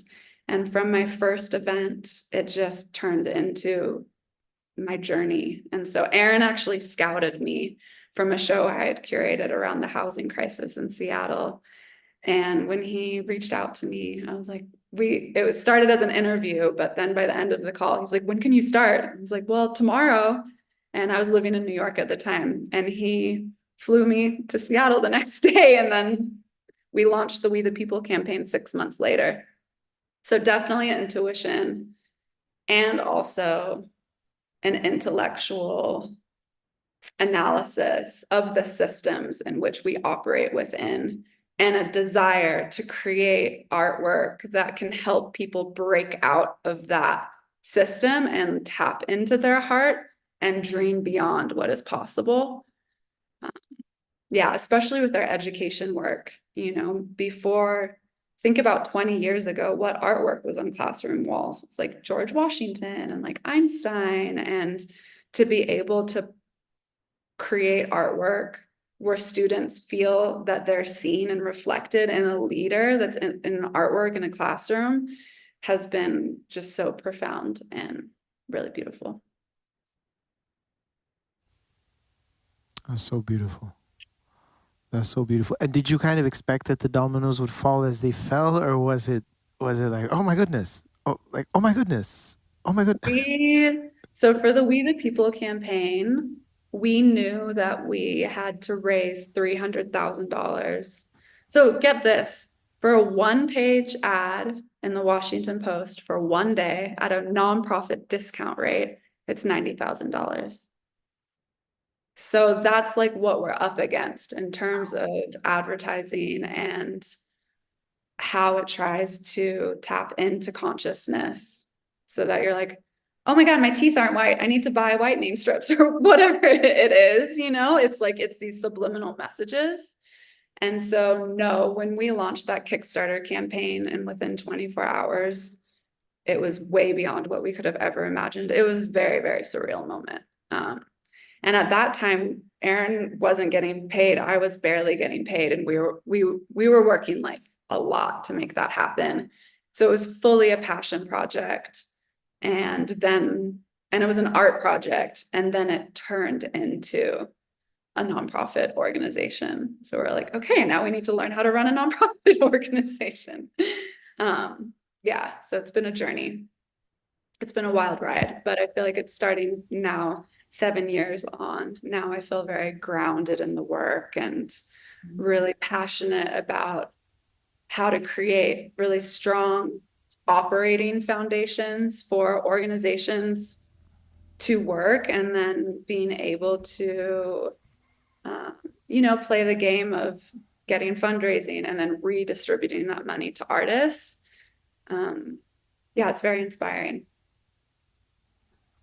Well, I'm so inspired that you came to share the story, Cleo, and that you and Erin have been doing so much. And this story, we got to go from the front lines to the classroom to the boardroom to the office to the newspaper. I mean, you really like the title of the talk, which is about like art. I think your first slide was art as a compass, but also art for cultural change. This is the kind of heartbeat and lifeblood of what we do in the design science studio. And so being able to also be woven together and begin deepening our partnership, it's just such an honor to get to have you here and get to share and inspire. There's so many creators, both like live with us in the room and also on the 8 different streams, who are connected to our work because they believe in art to shift culture. And I just want to also acknowledge the public part, looking at how do we reach the public? How do we actually intercept into these like spaces and systems? I know you've done a bunch of work with billboards. There's an artist in the community who happens to be a photographer for a billboard. And so the person who owns the billboard occasionally lets us use it and just like slide some art in there. And so, it's just interesting to think about like how are we going to change culture if we can't reach the people? And I think that the sign or signal that I would have gotten from, oh, we're doing this Kickstarter and oh my gosh, it is like above and beyond and beyond and beyond what we even like initially wrote out as the goal, is a sign that the people are out there. It's sometimes it's hard to reach the people to like find the messages that they feel are like deep to their belonging. And I just want to commend you and Erin and like the Amplifier team for all that you've done and in reaching the people and like helping distribute these like critical messages to the youth and to everyone that knows that a better way is possible, and coming together we can make it so. So thank you so much for coming. Thank you. Yeah, and I think what I'm really sitting with now is we reached the people and mobilized the people before Trump was in office. And now it's a whole different, people are tired. And so now it's how do we really touch people's hearts. And the biggest thing is really enforcing the fact that each of us do hold a lot of power. And when we come together, we're even more powerful. And so I think as we go into this really critical election year, both in the US and internationally, is maybe a little bit less of what we're fighting against and more of what we want to create together. Yeah. So I'm really grateful to be here, and I'm really looking forward to meeting more people in your community. Like I can already feel, I'm like, wait, I think this is a very magical group of people. So yeah, nice to meet you all a little bit. That's a great kind of segue us into co-creating together, because this is what we're all about. And I hope you can stick around for Salem's talk. I know that Jurgis is going to introduce Salem, but it's just such a delight to have you here. And here's to more Cleo Design Science Studio Amplifier moments. And also just like congratulations again for like saying yes to the potential that opened up whenever things really took off, and you've like been in it. Like dedicating to something for a long time is a choice. A lot of people shift quickly and they get kind of like, oh, I want to do something else. And so I know after being in this for a few years and sometimes it gets hard and sometimes it gets crunchy, but then over time you get to look back and be like, I'm like really investing in something deep. So I see you and I appreciate you. And I know that's true for everyone here. So thank you. So beautiful, Cleo. Thank you so much. It's very interesting because one thing is when you see examples of things that shouldn't be able to be done, and someone does it, and you're like, there we go, there, they did it. And then it's beautiful not only to have that example, but then have the people who've put that that instance right in front of us where we can no longer unsee it, and that they not only did it, but they're amongst us as well and also supporting. It's really beautiful. So I want to give another shout out to Cleo and everybody who, you know, the Amplifier Art. And it's very beautiful as well that the next person we have here with us is Salim, which also works with information and the way that it permeates and changes people and shapes institutions and, you know, our outlook on and perspectives. So it's quite nice that we've kind of moved into this space, and that you're going to be continuing along this line, telling us a little bit about what you do. Unless you'd like to add something more about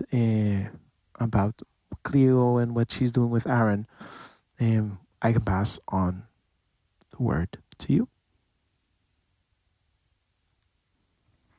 Yeah, totally. That presentation was so synchronous. I mean, I loved it so much. Just the power of the collective when it's aimed towards the positive is so fabulous. I feel like so many times we see the power of collectives when it's, you know, not doing so great. So it's good to have those other examples for just model making and like expanding capacity, which is actually what I'm talking about today. I am going to share my screen.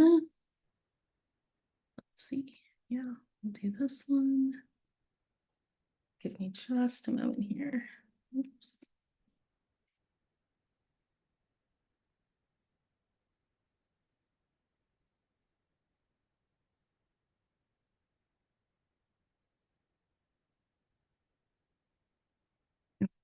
Great.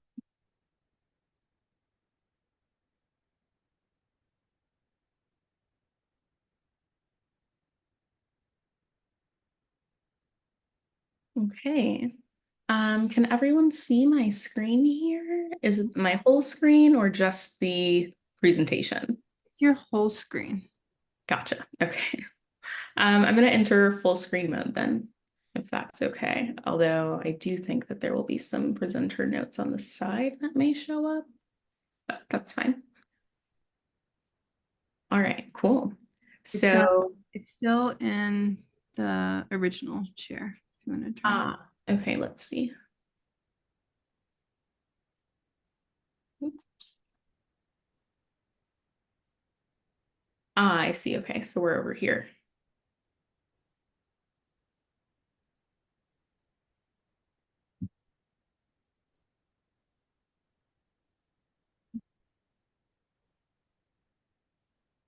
Okay, well, this should be fine. There we go. How's that? Yeah, it still has the notes on the side, but it looks better. It's great. Okay, cool. Alrighty, so wayfinding. Embarrassingly, you can see my notes on the side, but that's okay.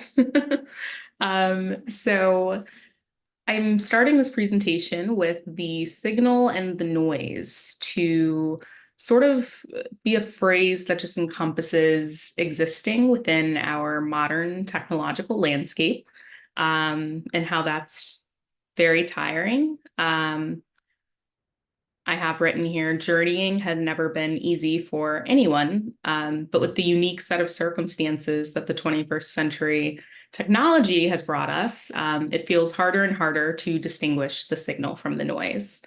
So that's why I wrote today's presentation about wayfinding as a means of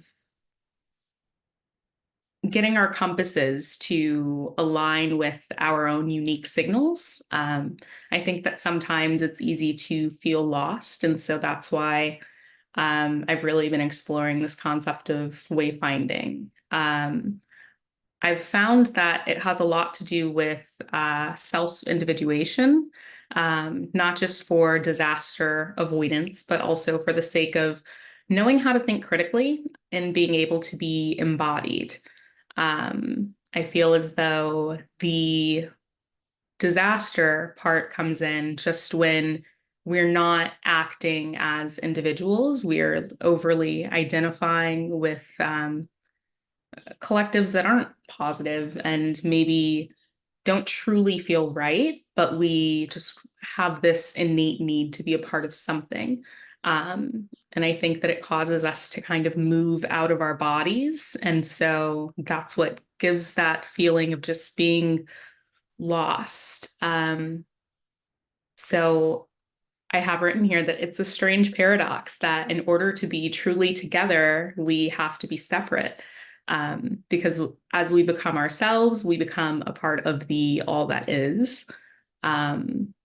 And self-individuation is one of the only ways that the collective can be healthy, constructive, and mission-oriented. So I'd like to kind of clarify what I mean by that. What I mean by that is just that in order to work as a collective, the example that I always think of is like social permaculture. So there's different roles within the collective. Sometimes it's the visionary, sometimes it's the farmer, sometimes it's the healer. There's all of these archetypes. And when we aren't truly ourselves, we're not working from those wonderful archetypes. We're working from spaces of just listening to someone else that is the archetype. I feel as though this is being,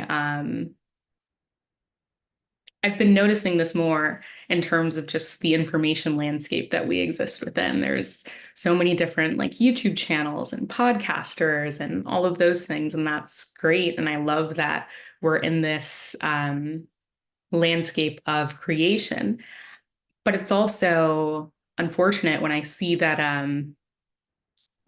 rather than all of us kind of moving from that place, we're kind of sometimes just drawn to someone else moving from that place and then stuck there as a supporter or fan rather than being able to move on to do our own creative work. So that's kind of another thing that I would like to address with this concept of wayfinding. So I've got some definitions here because it was really funny. I was talking to my partner and I told them the title of my presentation and they were like, that's kind of a lot. And I realized that it is a lot. I just wanted to try to find terms that encompassed everything that I was trying to discuss and distill, and it's hard to do that. So I have wayfinding here as the process of navigating through life's existential landscape, seeking understanding, purpose, direction, and meaning amidst the complexities of human existence. And I have ontology defined here as a branch of metaphysics that's concerned with the nature and relations of being. So what I'm trying to say is that our understandings of reality, identity, and the nature of things fundamentally shape how we interpret signs, navigate and adapt to complex environments, choose our directions, and they even influence the ethical frameworks that we operate within. So in this way, being an ontological shapeshifter widens our capacity, increases our agency, and catalyzes perceptual transformation.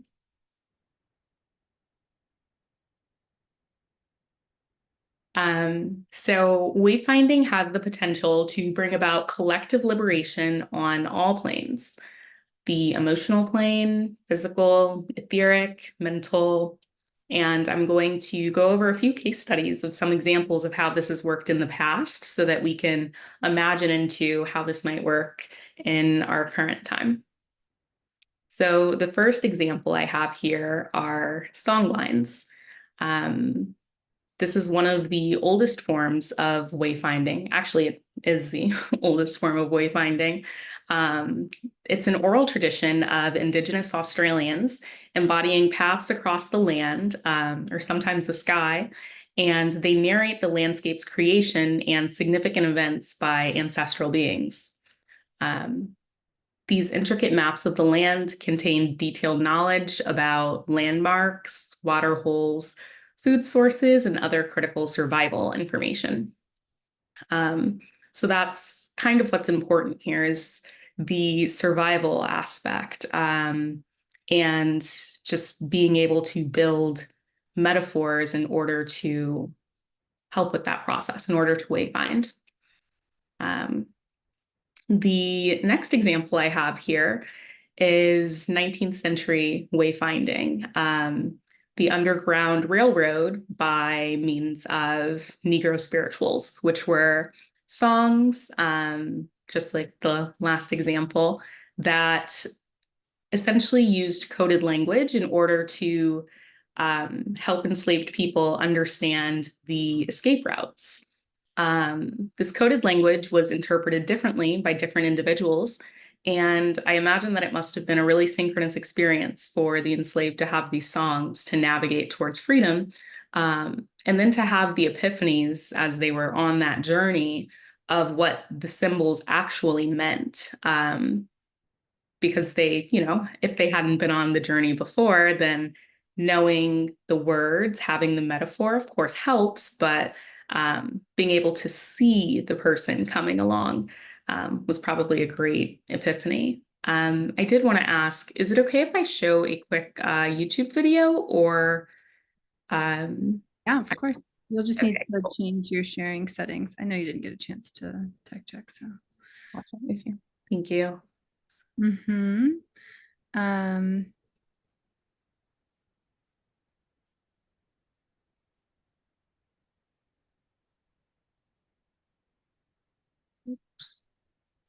Salim, while we get it all sorted out, maybe I could ask you, just personally, because you're looking at it from a systems change kind of perspective, creating the narratives and the mythology. Where does the line between art and what we would call, I don't know, history, or probably more, I don't want to use the word scientific narratives, but more something which is considered beyond the realm of imagination? Where does that stand? Because for creatives, it's much more subtle, but if you look at it from a analytical scientific point of view, you sometimes have to define the scope, right? You've probably gone through it. So let me ask you that question. Yeah, so I think it's different for everyone, honestly. It's hard to determine what is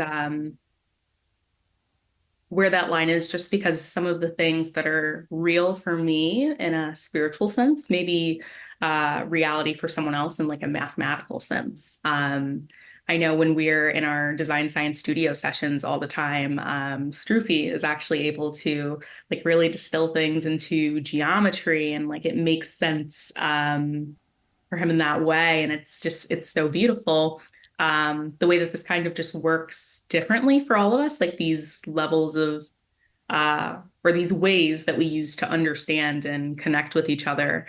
And I think being able to shift that is really what helps to have those deeper understandings and connections in maybe ways that we otherwise wouldn't, just because we are so limited based on the lenses that we're coming from and the languages that we're using and things like that. And beliefs are tricky like that, obviously. I love the concept of cosmology, which is also one of those fancy words, but more like a lost tradition art, which I think is very similar to ontology in the sense where one is being and the other one is knowing our place in the universe, through the storytelling and through our belief systems. Roxy, are we ready? I think that Salem is ready, but Salem, you'll have to share audio. So when you click Okay. share screen, you'll need to click the little button that says share audio alongside. Okay.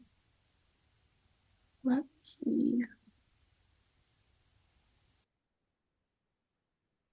Oh, I see. Okay.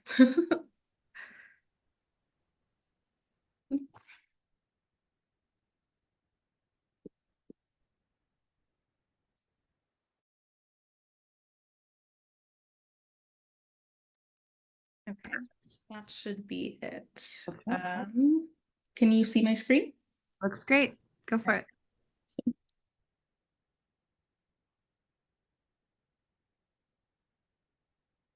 The words we're saying have a double meaning. So anytime you hear anything about traveling shoes or chariots or wheels, somebody's getting ready to run. And so you take a Negro spiritual. Swing low, sweet chariot, coming for to carry me home.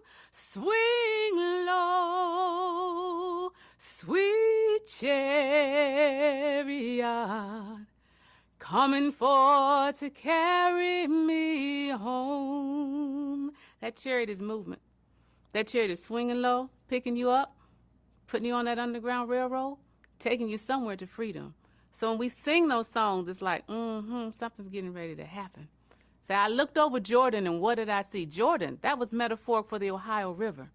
A band of angels coming after me. Those conductors coming to help you, coming forth to carry me home. So they had all kind of little messages. And the slave master would hear us singing and say, oh, don't they sound pretty happy tonight? Next day, 2 or 3 people gone because we put that message out. We talked about wade in the water, wade in the water, children, wade. Wade, wade, wade in the water, 'cause God's gonna trouble the water. So we stepped in that water because the dogs can't pick up your scent. We had all these songs that said it's time to move, it's time to go by the waterway, it's time to follow the North Star, it's time to start looking, it's time to start traveling, it's time to start getting ready to cross over that Jordan into freedom. Still away to Jesus. Oh, Lord, they're going on to heaven. No. Still away home. I ain't got long to stay here. So we still away to Jesus. We still away to freedom. But it sounds like we're just talking about a life in the hereafter, but we're talking about a life in the here and now. So that was the video I wanted to play just to accompany the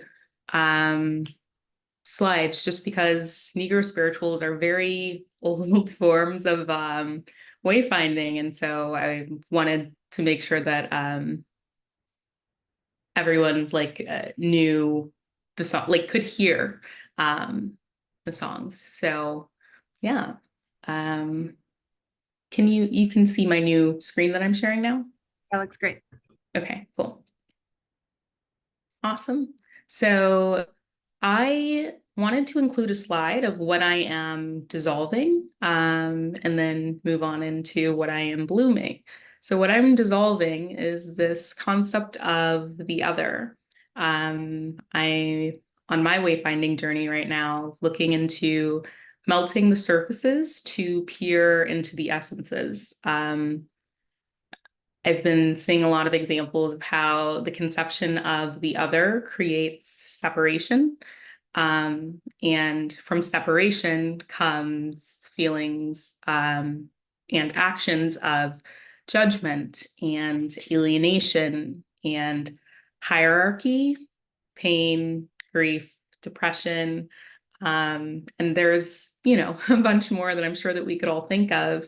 So I'm just moving towards dissolving the other, moving towards dissolving these egregorian fears. So an egregore is like this old entity, which really could just be considered a thought form. Some good, some bad, depends on the philosopher that we're reading. But I've noticed this sort of thought form over the collective in regards to misinformation in the online landscape, as well as just fear being spread, fear of people, fear of technology recently, a lot of those things. So I've also included a quote here by Lao Tzu, and it says that there is no illusion greater than fear. And then also dissolving the binary. And so I have here a proverb, what follows 6 is more than 7. So rather than just 0 and 1, rather than just good versus evil, tech versus nature. Like none of those are actually what is. Those are illusions. And so the photo that I've included here as an example of that sort of illusion is white phosphorus falling over Lebanon, I believe. And the use of white phosphorus, even though it's an incendiary weapon, is allowed because it is activated by heat. And so it's like a more natural process and seen as more humane, even though really it's not. It's still a technology of destruction. So this fine line that we tend to draw between a lot of these principles, just there are many examples of them just not necessarily being true. So I am blooming my design science studio project. A late bloomer. I haven't made one yet until now. So I'm calling it the Algorithmic Destiny Project. And so my goal with the project is to investigate the intersections of algorithms, psychological distortion, and sovereignty. The project traces the ways that algorithms have become the modern arbitrators of the philosophical invisible hand and showcases ways that algorithms frame society, distort public perception, and inform socio-technical imaginaries or ways of thinking about possible worlds. Sorry, I've got my monitor. It's my laptop was covering it. So the inspirations for my project, there's many. I like to include the inspiration slide just in case other people want to like explore the works, and also just so that it kind of making my lens known, I suppose. So the dimensions of the project are art, philosophy, anthropology, science and technology studies, psychology, social justice studies, and mysticism. And some of my main inspirations were the Republic and Plato's allegory of the cave. I know we were just actually talking about that earlier. That was a big inspiration for it. The part of the allegory that really resonates with me is the prisoner leaving and having the courage to go back to the cave. And then once the prisoner is back, he is having a hard time seeing the shadows because he has been in the sun. And so the rest of the prisoners who are still imprisoned mock him and decide that going out into the world is not worth it and it's probably dangerous.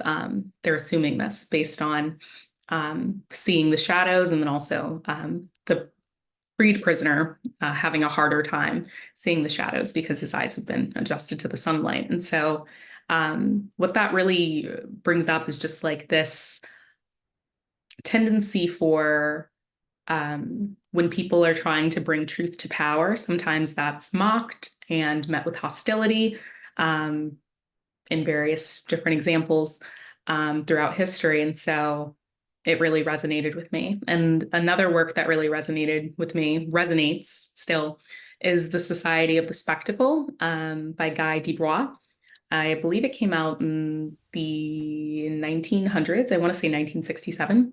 I'm not entirely sure, but and essentially it's also about illusions of society based on us judging reality based on what we're seeing on like phones or screens or other distortions rather than by the like actual social interactions that we're having.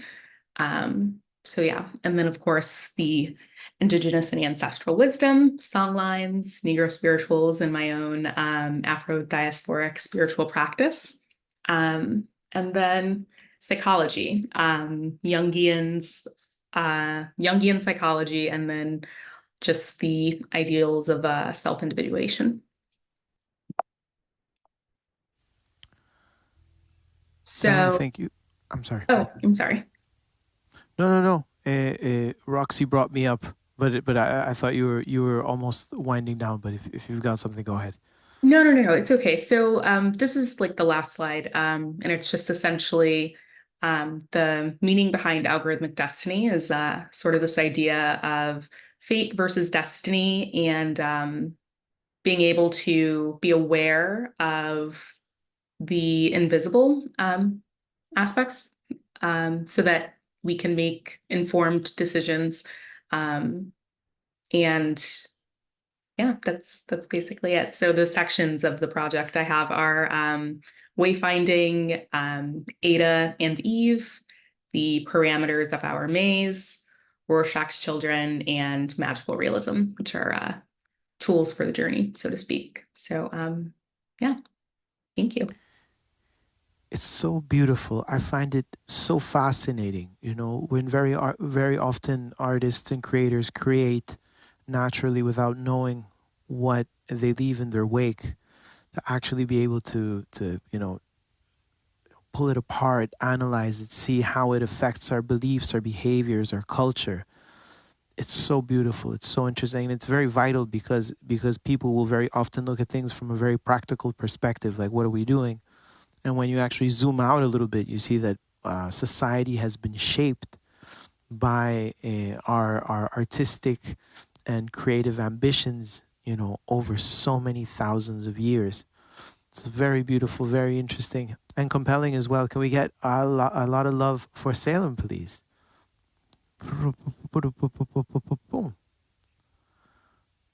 Lovely. And I would like to invite Amy on stage then. Amy also shouldn't be surprised, one more multifaceted creative polymath. And I'm so happy that we're going to be talking a little bit about reproductive justice, but also knowing that you wield your art and creativity not only in line with this, but you've got also tons of side projects, including music. But to not linger too long, I'm just going to give you the stage and let you tell us a little bit about what Plan C is about. Great. Thank you so much. And can everyone see my screen? All good? Excellent. Hi, everyone. It's such an honor to be here. I got to be in part of the, I got to be one of the members of the first group to go through the Design Science Studio right when the pandemic hit. What a wild time that was. And during that time, this campaign was also sort of exploding with the need for telehealth and mailed abortion pills. So I'm here, I'm going to give you a little bit of an overview and also talk about how art intersects this campaign. I am one of the co-founders of Plan C, which is a campaign for access to abortion pills by mail in all states, which is a reality, despite what you hear on the news. And I can tell you a little bit more about the ins and outs of that. But I also serve as digital director, so I help this information get out in the country, get out across the country. And the reason why I've always felt like it so harmoniously intersects with the thinking at the Buckminster Fuller Institute and Design Science Studio is that it really is about paradigm shifts. It's about rethinking the way that we talk about and design for this particular health need of abortion. And there is so much happening that people may or may not know about. So since 2015, so 7 years now, Plan C has worked to normalize or more time, right? 9 years. Plan C has worked to normalize and transform direct access to safe and effective abortion pills online and by mail from anywhere in the US. And we do this by running creative campaigns, researching and catalyzing new routes of access to this medication, and maintaining a directory of FAQs, hotlines, and sources of pills right there on our website at plancpills.org with what's safe, available, and still possible. So just the quickest overview for those who are new to this method. Abortion pills or also called medication abortion. It's a combination of mifepristone and misoprostol, two FDA-approved meds that have been around for decades. It's super safe and effective, which is of course important to know as we talk about putting this option directly in the hands of the people who seek it. Safer than Tylenol, safer than Viagra. And it was already being used all across this country. In more than half of abortions, it was already the method of choice. And now it's available online and by mail through multiple mainstream and alternate routes of access from any zip code and regardless of legality. So this is really a paradigm shift in a global movement. You know, here in the US, we are kind of trained to think about things as being medicalized. And yet, specifically with reproductive health and access, and I've been doing a ton of deep dive reading recently just to continue to fortify myself, but you can really track this particular issue through history, through lines of colonialism, systems of oppression. Controlling reproduction is a long-standing theme in societies. And so here it is again popping up, or rather continuing here in the US with abortion bans. And yet, ancient practices of self-managing pregnancy outcomes have always existed for people on their own and in community. So this is a method that was discovered by Brazilian women in the late 80s. It's kind of a beautiful story that way, that it was actually discovered by the people who needed it. It was, you know, at first whispered and said and talked about behind closed doors, and then it gradually became a part of medicine, and then it also continued to be a self-directed method in so many countries. It's endorsed by the World Health Organization. All these things, again, just to kind of paint the picture of what's going on in a country that is trying to shut down routes of clinic and medical access to abortion care, that there is this method that people already know how to use all around the world and is already widely available. So the US is catching up, but it's complicated and it can be slow going. But how we see it at Plan C is that these pills, these little tiny, you know, incredible little medicines are both a practical and overdue solution in the US for people who need abortions and they need care right now. And they're also a symbol of agency and defiance. They're starting to represent this idea of, we're taking it back. The courts and the politicians aren't going to tell us what we do with our bodies and with our lives. So the two big goals at Plan C are that people have access to the medication and that people know about it. And knowing about it often with us takes the form of art and public displays. I find it to be the most inspiring angle of our work. We had some posters in the subway system of New York 2 years ago. We have other organizations that do more. This was another organization that projected on a court building with the name of the justice who was trying to push through this lawsuit to take away access to mifepristone. We have people making murals. We have billboards. We have mobile trucks spreading information. We have stickers that right now there's millions of stickers out in the country of people sticking them up in their communities just to let people know you still have options. So it's really, I've always thought of it as, you know, art is the way that people are going to relax and have their minds and hearts open to new beliefs, to new possibilities. It's more than just sharing statistics with people, right? It's really sharing an inspiring idea about how the world can be different if we just focus our energies in a new way. One collaboration that I'm so inspired by right now is an artist named Autumn Brion. She's based in Los Angeles, but she's running all over the world right now to do different art installations. And she just created this care vending machine, which she's putting up in various cities. And people can go up to it and they can look at what's in the machine and they can type in a code, and for free they can get their item popped out to them. So as you can see, it has a Toni Morrison book. It has these little boxes that say abortion pills on them. Inside is not the medication itself, but is different pamphlets with information so that people know how they might access abortion pills by mail. She has these beautiful little personal care items, and it's really just this idea of all the different things that represent and provide care, and filling up a machine so that people can feel what it feels like to just get the care they seek, get the care they need.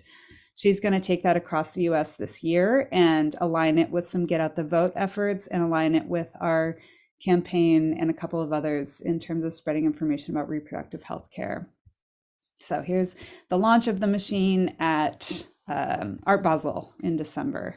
She's also making these incredible videos where she talks about hair salons and the role that a hair salon plays in the Black community, where people are able to speak freely and learn things from each other within the salon. And she's going to be creating pop-up salons alongside of the Care Machine and as another venue for sharing information during this election year. So she's an incredible video artist as well. You can find her on Instagram and see what she's up to.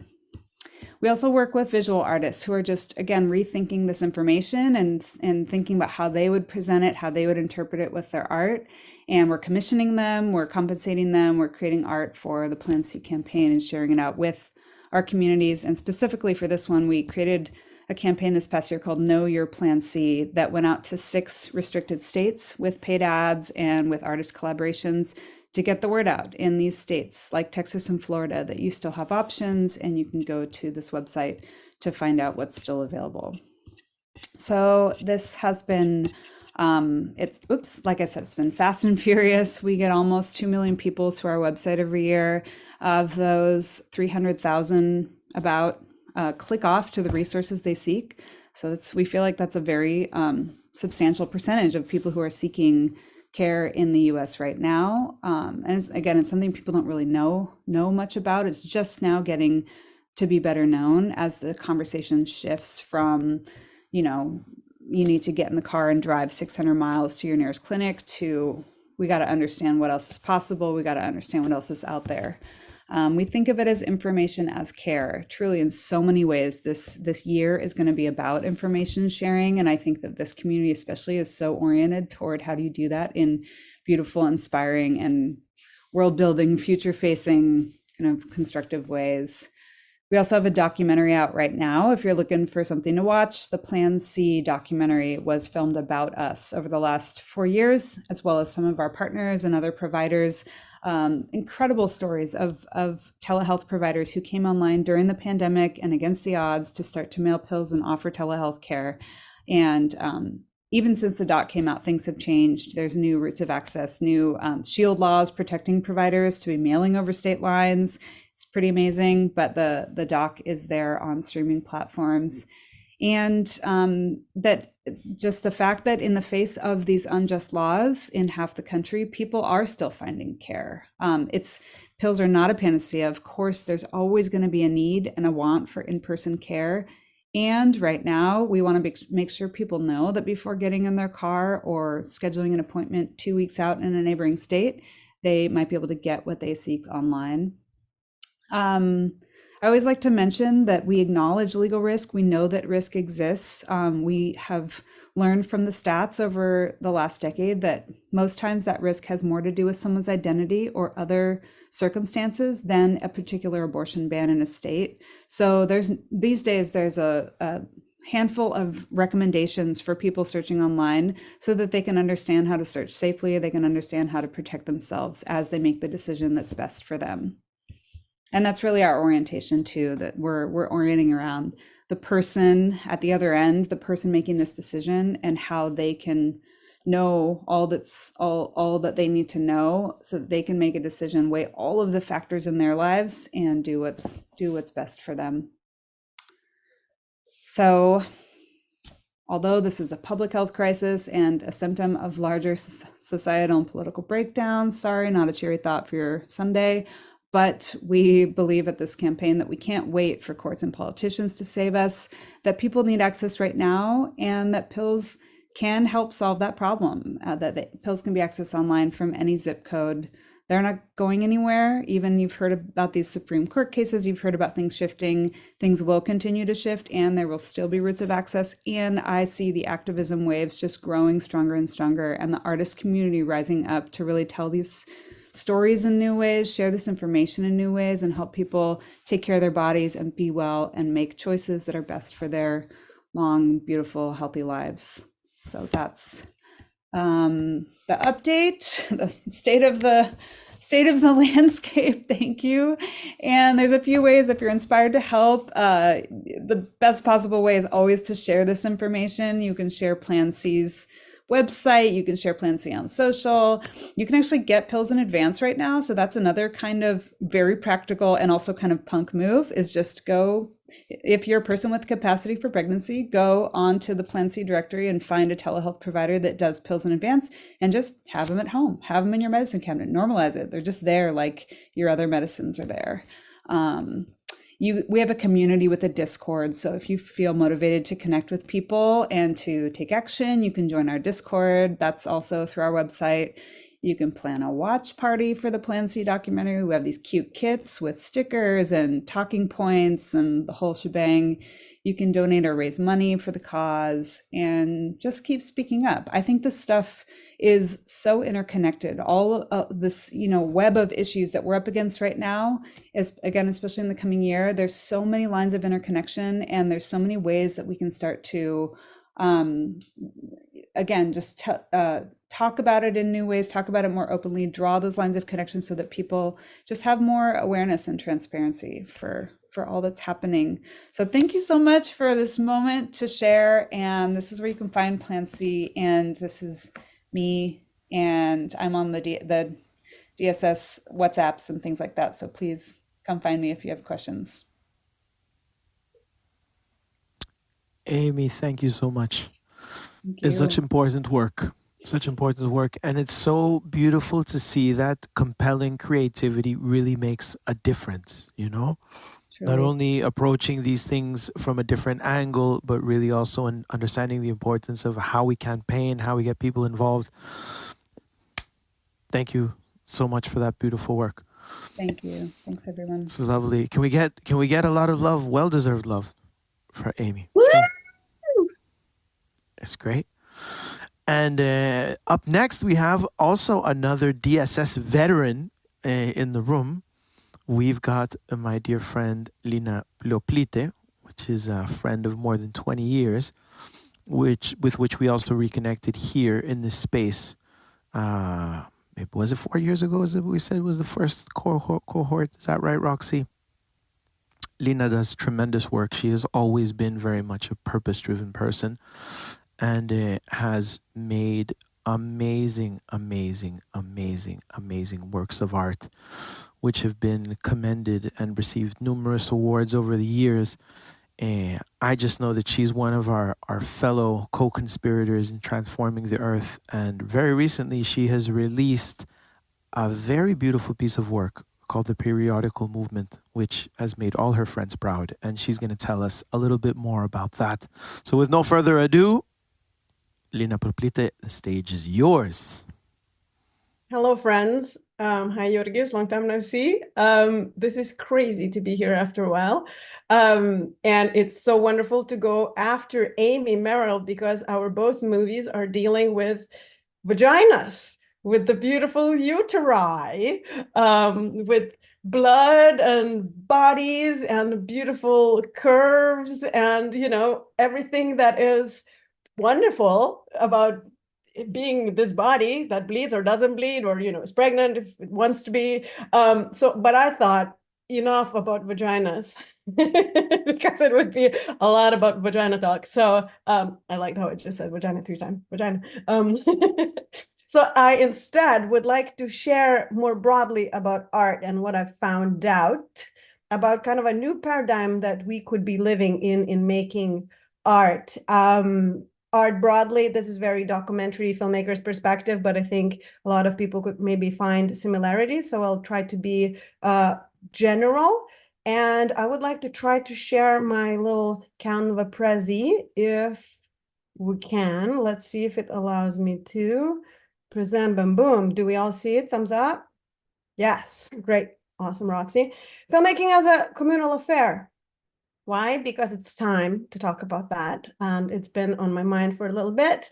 And after going through multiple movie journeys, I'm here to share what I've learned, and I would love to hear your thoughts as well. It's an ongoing theory of mine, but here's the problem. Typically, we hear about this struggling artist mentality as a coveted place to be, right? You have to suffer to make good art.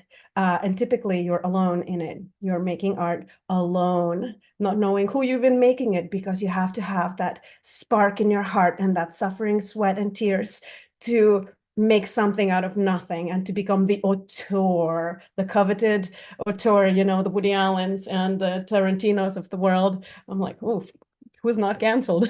But you know, the famous auteur title that we like to put on mostly lone, mostly male filmmakers, and we like to think that they've done it all by themselves.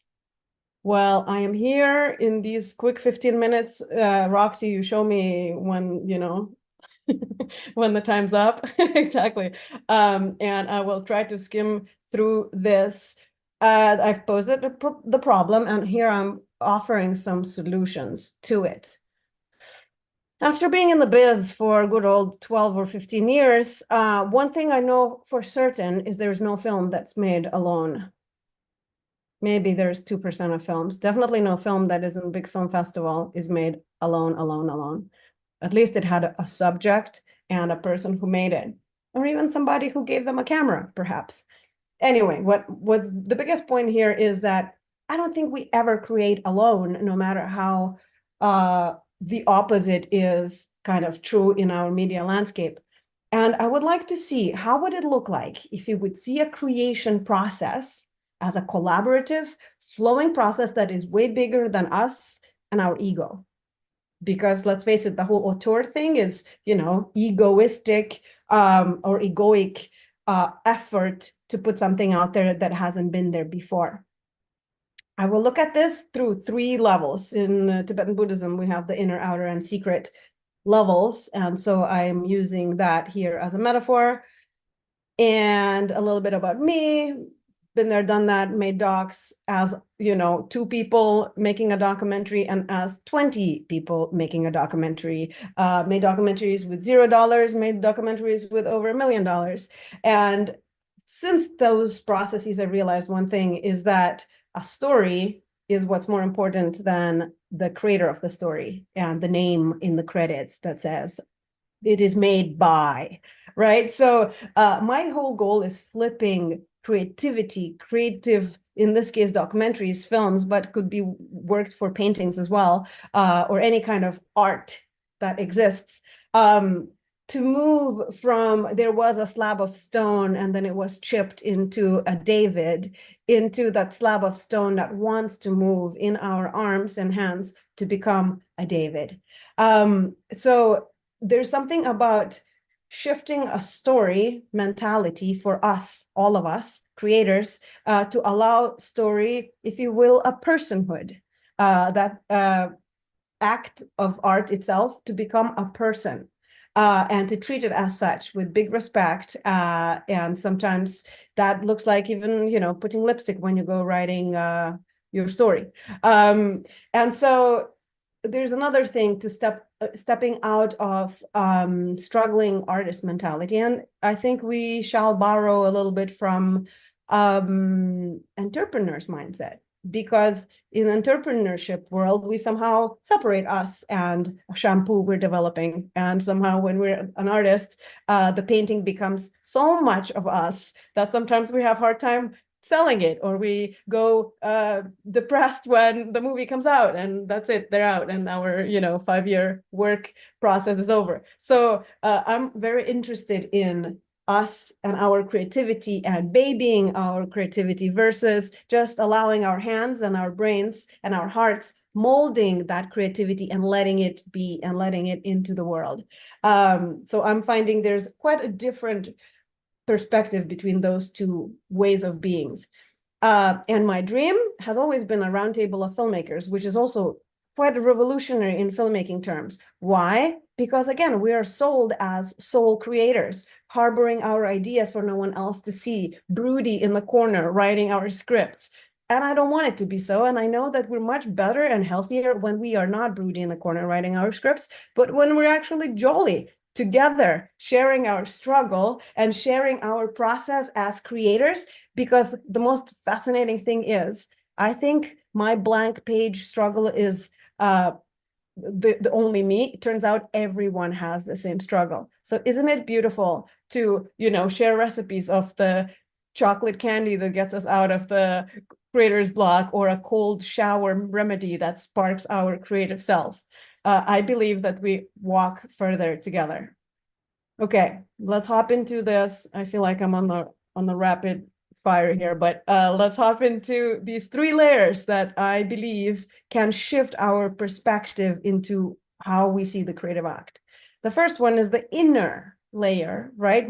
The creator and her subjects, and a creator and her story. Is it me and them? In film school, rule number 1, don't befriend your documentary subjects. I find it absolutely false. Because then, we're coming into filmmaking like first 70 years of documentaries in which documentaries are made from fly on the wall, colonial observer of those other people mentality. And we've had plenty of decades of filmmaking like this, but I believe that times have changed. And so empowering that which we focus our lens on, empowering that who is our story, instead of treating them as a subject of our story, shifts the paradigm in how we tell story. And I think we can shift that paradigm for all art in general. I was thinking, even instead of nature morte, going and picking up flowers and putting them in the perfectly lit windowsill where they slowly wither and die, what happens when artist himself injects himself or herself or themselves into the field of flowers? How does that affect the art making when we are coming into environment versus bringing environment into our controlled mind's environment to create it? Just a food for thought. What is that relationship when between us versus them, we turn into the us who are creating the story together? So people we film, observe, photograph, make reels about, and on and on. Can they be part of the art, part of the mutual mission? I find that every time I'm making a movie about someone, I care about them because they are most likely doing something amazing in the world and I'm inspired by them. How can I then enhance their story and walk the story with them instead of spying on them to make them into the hero I see them to be? The same goes with the ideas themselves. What happens if instead of guarding ideas because we're so afraid someone else is going to steal them and make them, we share our ideas with the world? What happens if we prototype them, as I do with early documentary ideas when I go to get my morning coffee here in Topanga Canyon and share my half-baked documentary idea and see how it lands to a barista, because that's an incredible feedback for me to understand whether my idea is good or it's not landing yet, depending on how they react to it, right? So what if all of the world becomes part of our creative process instead of creating on the white page and then bringing the idea fully out when it's fully formed into the world as something that we, cook and don't taste, and don't share the taste of the world until it's very final. So we hop into the outer layer. What's the outer layer? It's, of course, the audience. It's the viewers. And I don't know about you in different art subjects, but in films have to be seen. Films are not made to be put on the shelf or being played in the emptiness, right? Films are for the audiences. So there is 2 schools of thought. You make it for yourself and then the audience comes. Sure. And at the same time, I'm really believing that audience doesn't just appear when we have made a film and put it in the film festival, et voila, we present it at the premiere. I strongly believe that we would be so much more effective and more vulnerable and more permeated with this world if our movies would find their audience before the movies are born. Imagine bringing the audience, for example, I've just made a movie about menstruation, about menstrual cycle, and having had started conversations with the activists, menstrual activists, way before the film was due, about which states, are the biggest battle is happening on about the menstrual tax and tampon tax, which Instagram accounts are talking about these issues and who would be a good ally, who understands these issues even better than I do, to talk about the bodies that bleed, to speak about disorders and issues and menopause and power of menopause and witchcraft and you name it, everything that's excellent that's, relating to bleeding or not bleeding. So I believe that audience doesn't just happen. I believe that we are able to build movements if we allow the audience to ride on the journey of the film before we put that film as a perfect little cake out there. I believe that we can walk together with people who are cheerleaders of the issues and the characters and the stories we're telling if we are letting them in our vulnerable little baby worlds when we yet don't know fully what the film's going to be like, when we're making mistakes, where we're stalling, where we're having the same white page block. And we're letting them to be there and grow with us when we're making short films or creating music for it, right? When we are sharing the process together. Because I believe that in the filmmaking, more than any art form, we are all about relationships. And relationships about not only who buys and who sells and who admits into film festivals, those kinds of like, oh, those people who reached the zenith of the filmmaking and how do I get there, but also my peers, people I'm sharing the film creation struggles and joys with, people who are a few steps ahead of me, who know ahead of so and so and has sold to Netflix before and so, right? So it's all about relationships, but not the kind of a cheesy, I need to know you because you will be helpful for me kind. More so, you dig kind of weird stories I'm telling. Your hair is equally as weird and wild as mine. I feel like we have a lot in common, right? Because filmmakers is a bunch of nerds just caring for the story and the world in such a big way that they cannot do anything else, but they have to make a documentary or a movie that takes, 3, 5, 10 years of their lives. So finding the brothers and sisters off this specific kin of the specific craft is what I believe is that relationship that we need, that nurtures us, nurtures our ideas, nurtures our future movies, shares the contacts, says a good word for us later on, or we let in some film festival special after party after, what if we're seeing everyone instead of competitors, we see everyone as collaborators? That doesn't sound so far stretched because we're all in the same place together making movies. We could be inspired by one another instead of, hunkering down from one another, worrying about who's going to steal whose idea. So my proposal is, what if we see everyone as your friend and collaborator, even that film buyer and executive who, if they like your story, that means they care about something that you care about. Like there's so many connection points and so many artistic alignments with people in film business, even though they are in business part of the film business. That's my second big flip that I encourage every artist to see. And last but not least, or the most, I would say profoundly, the secret layer is our relationship with the art itself. I believe strongly, fully, with all of my heart, that story is alive, that it's not just me sitting down and seeing what a great story New Yorker just put on this morning. I would like to make a documentary about it. It touches me. It touches me beyond my mental capabilities. It touches me somewhere so deep in my belly that I am moved by it, and thus I have to follow it. And sometimes this following takes years. And thus, I believe it's about grabbing the tail of the dragon that is story and letting it drag you or fly you as it evolves and changes into documentary. You just have to be ready with a camera or a pen and paper to do your part to let the story evolve and to art to actually become made. So I believe that our goal is to flow with the art, not own the art, because that's absolutely impossible. Rick Rubin and Elizabeth Gilbert will agree with me here that art is a divine, cosmic, massive force that we connect to. There are specific channels to connect to. One of the biggest one of them is silence. And it's not something that comes from our rational brains. The ideas are more like rain, which is sometimes fascinating when the same exact idea rains into two people's heads across the world.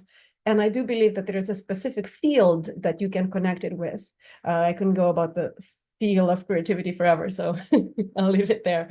Find me later. Imagine that you are having a conversation with the world when you're creating a story, instead of having to birth the story from this little brain, little rational ego self right there. I do believe that the world of ideas is animate, very real, invisible, friendly force to connect to, and to let the stories breathe through it into us and our hands. The end. I've thrown my Instagram there in case y'all interested. I run filmmakers accelerators in which we're dealing with this exact thing, the flow of ideas, and in general making documentaries from the concept into a real thing. That was epic, Lena. Yes. Oh, I'm so glad that you decided to go down this specific rabbit hole. Although I'm very also looking forward to. I feel like we're just beginning our Roxy and Lena-a-thon. We have this, and then the in-person screening, and then we're gonna do another screening.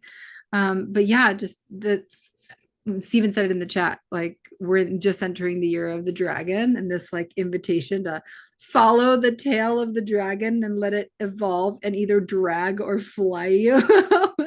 That's really what it is all about. It's like how well, as you mentioned, Elizabeth Gilbert read Big Magic. It's like ideas will find a body, and if you will let them find your body, then it will transform you. And what do you think? I have a question.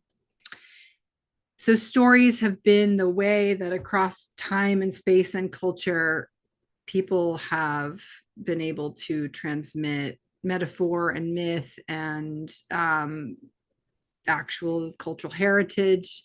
And what do you think the role of the modern storyteller is in relationship to its kind of ancient lineage? And how can folks kind of connect with that in terms of the spirit of the story and how it evolves and shifts culture?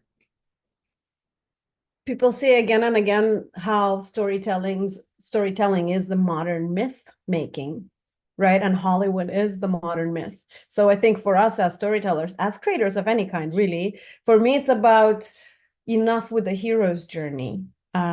Collective is the next hero. My last movie has 2 post-teen girls as the hero of the movie. So I'm like, there are so many different variations on who's going on the journey. And we need to reinvent and retell that, and to find a new way of, well, we've been finding a new way more and more. And I actually do believe in Hollywood. I know we can shift young people's minds from moving from there goes a lone man that needs to fight a dragon in the galaxy far, far away, and his gift is a woman. I'm like, I think we're done with that. And so we are rewriting different stories in which, the heroine is an older lady living in the van, who doesn't get happily ever after, or even best, just recently, a heroine is a menopausal lesbian lady, and the hero of the movie is 2 older women's friendship.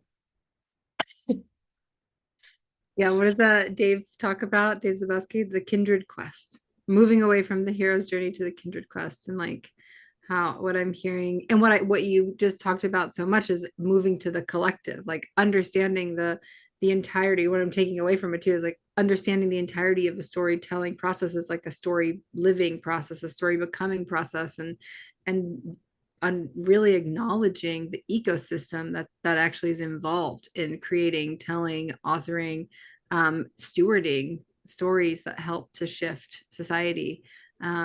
I'm so excited about the upcoming in-person screening that we get to do.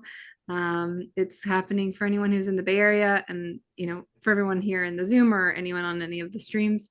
I will put it in this chat, and I also just dropped it in the stream chat. So on the 21st, we will hear from both Lena and Amy, who are both going to be live at Gray Area, and we're going to screen periodical, and then have some Q&A with Lena, and then also Amy will facilitate that Q&A and also share more about Plan C there.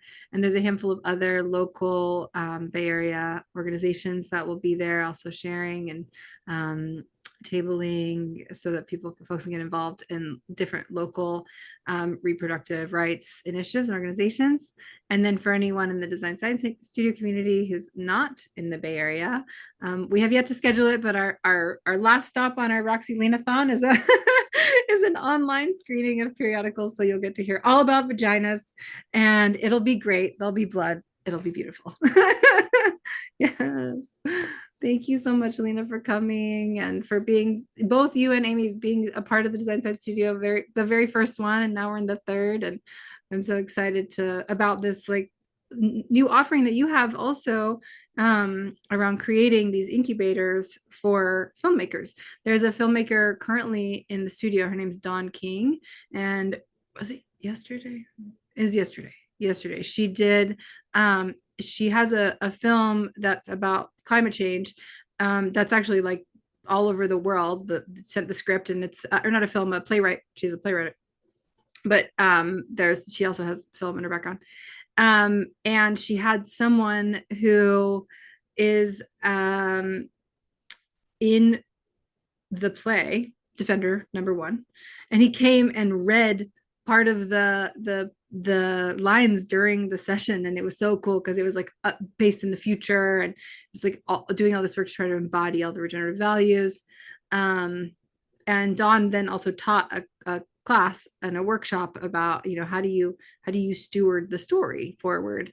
And yeah, I mention that just because you weren't there, and I will send you the recording, but also I'm excited to connect you too, and also to direct folks from the community to join your I know you're like in the middle of an incubator now, but you've been doing them. Hopefully you continue to do them. And everyone who has been in them has been so like, I've seen such effervescent like feedback. Yes, I'm gonna put information on it in the chat in case someone's interested. Boom. Thank you, Lena. Thank you. This was wonderful. This is so wonderful, and I'm so grateful to have you here. And hopefully this inspires everyone who is, looking at like what are our relationships and how do we create into the world and how do we co-create into the world. Lena, you have so much experience creating in this medium, so it's just like such a delight to have you share. All right, now I am going to bring up Salem. Hi, Salem. Thank you for your session. It was epic. Thank you. I love design. I'm such an ontological design nerd. Me too. Yeah, I've been doing so much reading lately. It's been great. So I'm actually going to bring up Stacy. Stacy is a medicine maker, a natural product developer, a fire tender, a science storyteller, and a practical ceremony weaver. This presentation is to introduce the Medicine Studio, and that's the project that Stacy is currently incubating with the DSS. So can't wait to hear about it.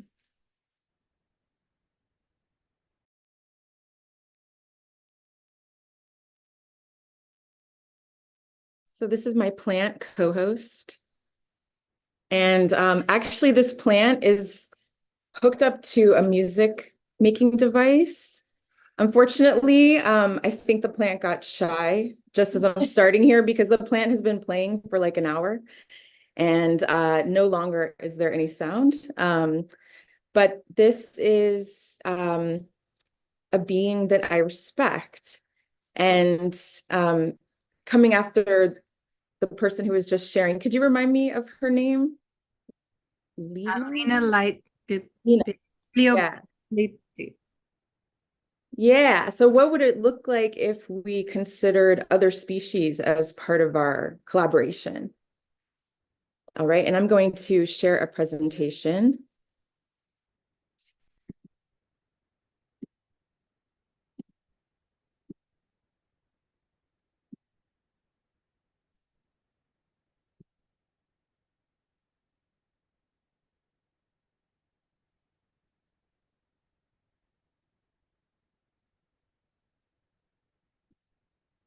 Give me 1 second.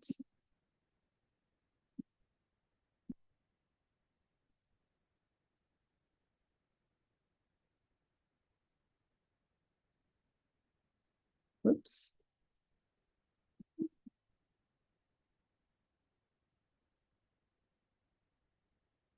I'm also like hosting an event at the same time, so there's a lot going on today. So I'm going to share with you today about the Medicine Studio. It's a multimedia research and development vessel. This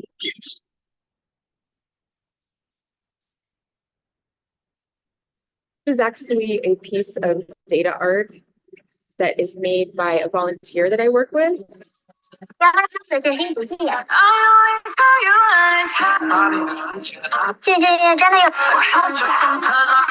And what this is illustrating is the waveform or the vibration of breathing, inhaling and exhaling in a natural environment as well as in an urban environment. If you want to find the secrets of the universe, think in terms of energy, frequency, and vibration. It's a Nikola Tesla quote. And what vibrations do we want to imbibe, immerse in, and embody?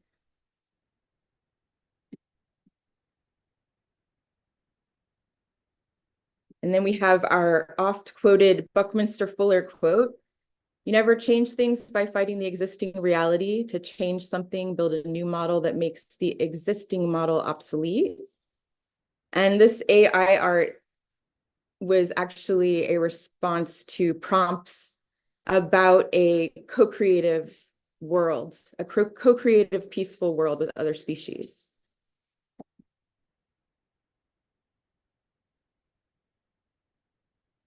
I'm going to let someone else read this quote to you.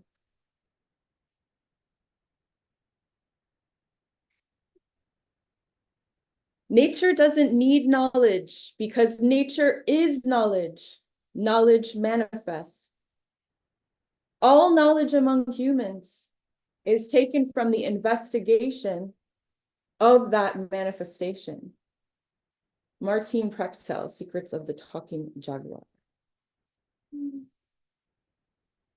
And this is a black jaguar, by the way. A melanistic cat. So what the Medicine Studio conjures and cultivates: natural product development and participatory research and development, biodata art, science storytelling, ritual science theater and education, connection, communication, and collaboration with community, plants, and the living world in general.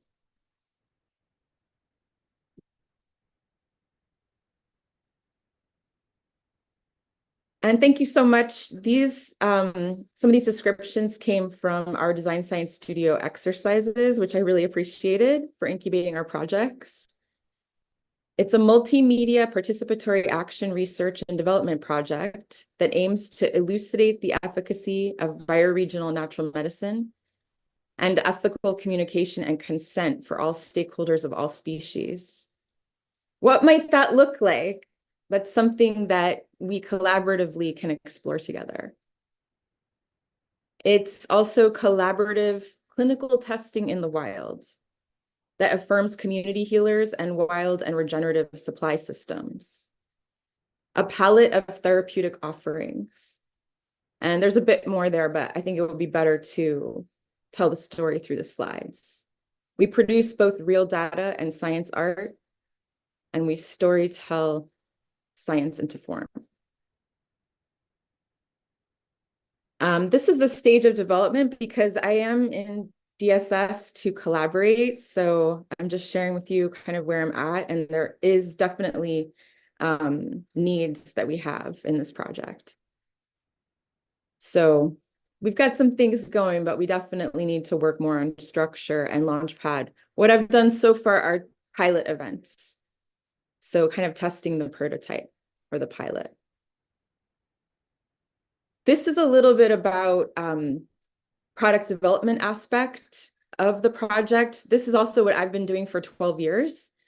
It's natural product development, essentially foods, healthy foods, dietary supplements, and herbal products with a focus on herbal products. And these are some client projects, some products that I've worked on or companies I've worked with.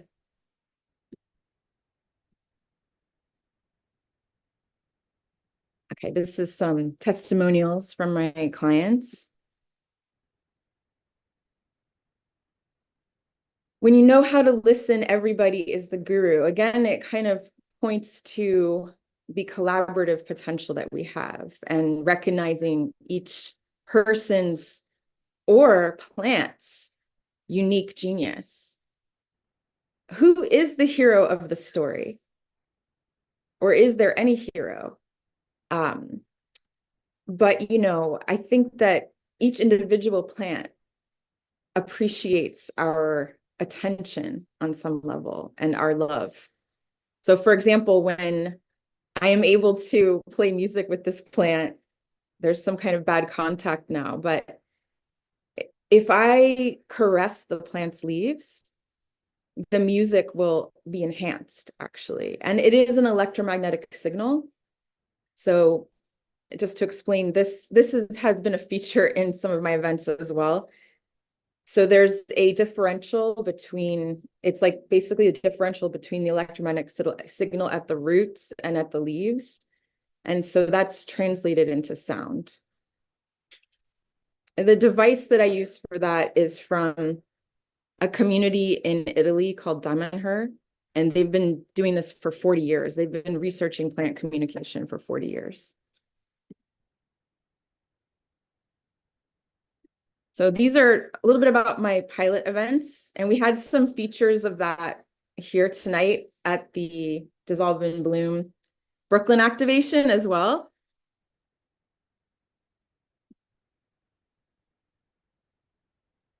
So we've done 2 events so far, both last year.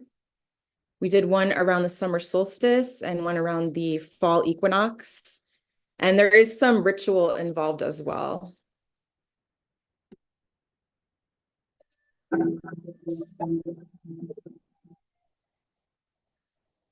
So what you're hearing right now is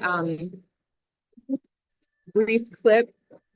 Oh, actually, you probably can't hear it, can you? Yeah, you need to share the audio from within. Can I do that now that I'm already sharing? Yeah, you just click share again, and then you check the audio button. You don't even have to unshare. Okay, perfect. Thank you. You're welcome. We can hear it. It's just a little muffled. I want it to be crystal clear. Thank you so much. All right, so first of all, I'm going to play for you. This event, actually at both of the events, we were focused on the medicine of lemon balm or Melissa officinalis. And so you'll hear a little bit about what the music sounds like here.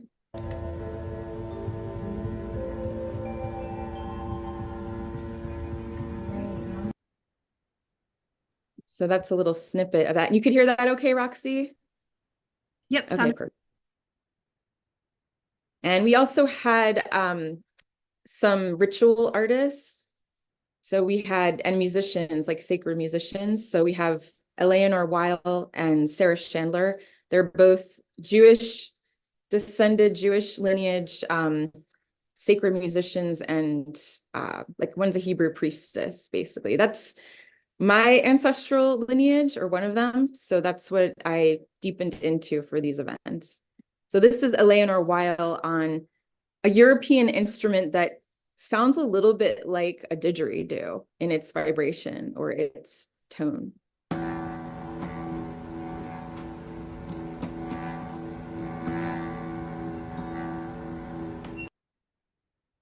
And this is Eleanor on a traditional Ukrainian flute.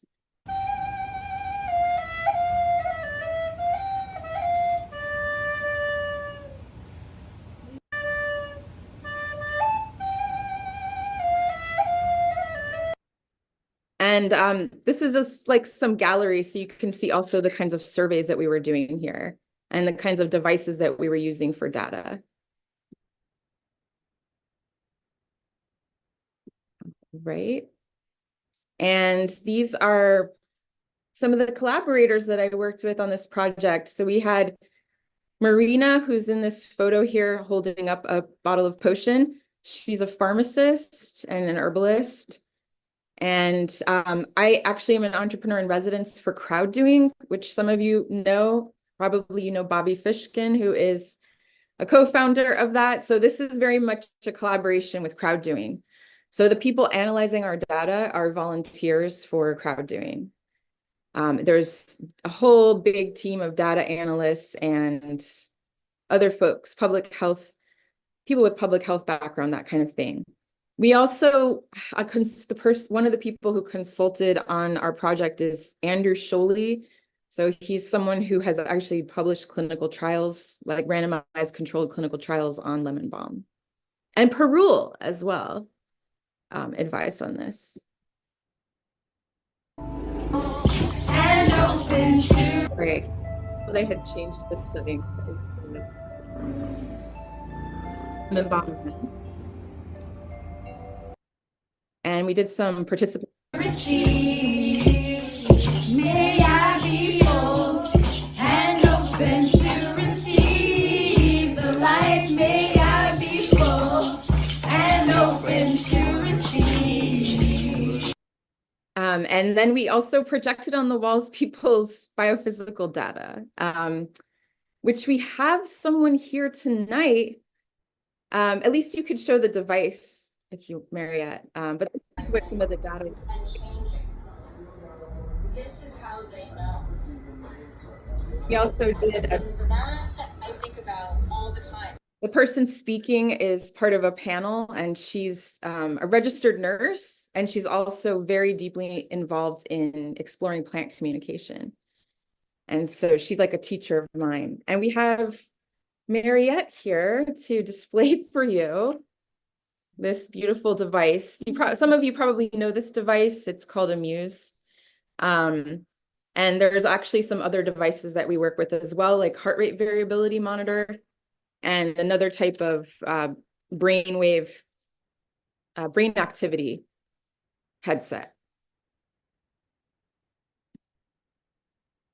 We also were advised, and he was on our panel, Dr. Ben Collins, and he's a bioinformatics, medical ethics expert and physician.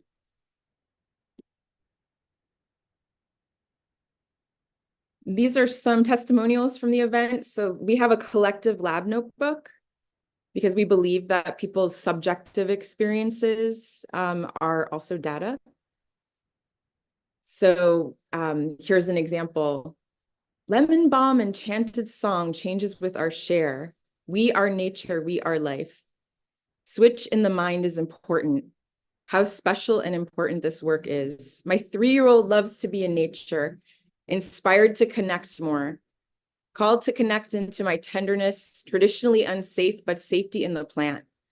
Apple cider, so pleasant to drink, calming, feeling at peace.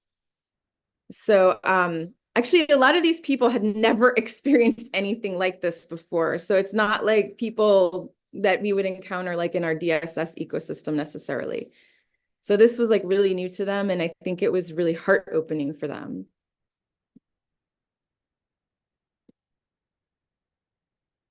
And this is just a sample of the data. One of the biggest things I experienced in this pilot, I mean, talk about like putting an idea out there and just testing it with a bunch of people. People had a lot of anxieties around sharing their data and around who's going to own it and all of this. So although the people who this data belongs to, they agreed to, everyone signed a consent form. So they agreed that we could use their data, but because of the resistance and anxiety that was present, I have chosen to only use it for internal storytelling like this, and to share it with them. So that's like an open inquiry that I'm exploring, is how to work with data in a really relational way. So I'm interested in the re-enchantment of science and medicine, and I'm interested in data ethics, relational data, relational science. So I'll just tell you a little bit about this. This is what we're looking at here, we have the heart rate variability data. And so you can see here the heart rate variability data, they're saying that the participant feels calm and it matched with their survey results. So we could tell their subjective experience matched their body's signals, which it might not. The body is an authority and the mind is a kind of authority as well. And they use the calm, peaceful, and happy significantly improved in their survey after they had the lemon balm elixir, which we drank tonight as well, by the way. But we make them seasonally. So this one had only seasonal ingredients. Like we're in New York. So it was like apples that traditionally would be in a root cellar, stored in a root cellar, and they might be available in February still. We had frozen hawthorn berries and a few other things in our elixir this time. In the summer, it was different. It was like fresh mulberries off a tree in Brooklyn and that kind of thing. So, and in this case, on the right-hand side, I was telling you about the left-hand side before. On the right-hand side, their survey data did not match their heart rate variability data. So it seemed like he was relaxed from his body signals, but his mind did not agree. So that's just something to explore. This is all really early stage, like kind of like cute data to like maybe find a signal in. We also analyzed the language. We had our data analysts analyze the language, and you can see the baseline before the elixir. These were the words that are largest were made the most frequently or were used the most frequently. And then on the right, you can see feel, love, plant. Now, there were other variables we're aware, but we're not calling them confounding variables, we're calling them covariables. So it wasn't just the elixir, there was other things going on. So we tried to do the baseline and the after elixir data with the similar conditions happening in the space, but still there's covariables. This is kind of my dissolve and bloom story. Just briefly, this is where we're hosting the Salon tonight. So this is my space in Brooklyn, and this is also where I hosted the events. I always envisioned this place as kind of like a lab in the wild that is not sterile and with controlled conditions, trying to be neutral, but instead is like blossoming with life and has a baseline of positive feeling. And just acknowledging that that's the context that people are walking into, because science and data, the realm of science has been, as everyone here knows, I'm sure, extremely extractive and abusive toward people and toward animals and plants. So how can we do it differently? And my dissolve and bloom story here, just briefly, I'll tell you, is that I basically like died 5 years ago. I'm sure some people here have gone through death and rebirth experiences and are still alive. But basically my whole life dissolved before, and I was in this space as it continued to dissolve. I lived here, it's a residential space and a collaborative space. And then something brand new started to seed and sprout here with a little bit of blooming so far. And that this space actually spoke to me about these projects. So this space, I don't know why, but this space like told me, I learned things about these projects from space. So I'll acknowledge the space as well. This is the space at night. And that's just my bio. I am divine and I am dust. It's a nice paradox to work with.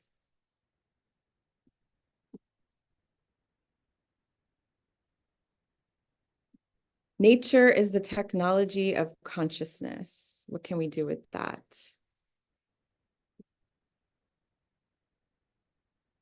Okay, and I'm complete. Thank you.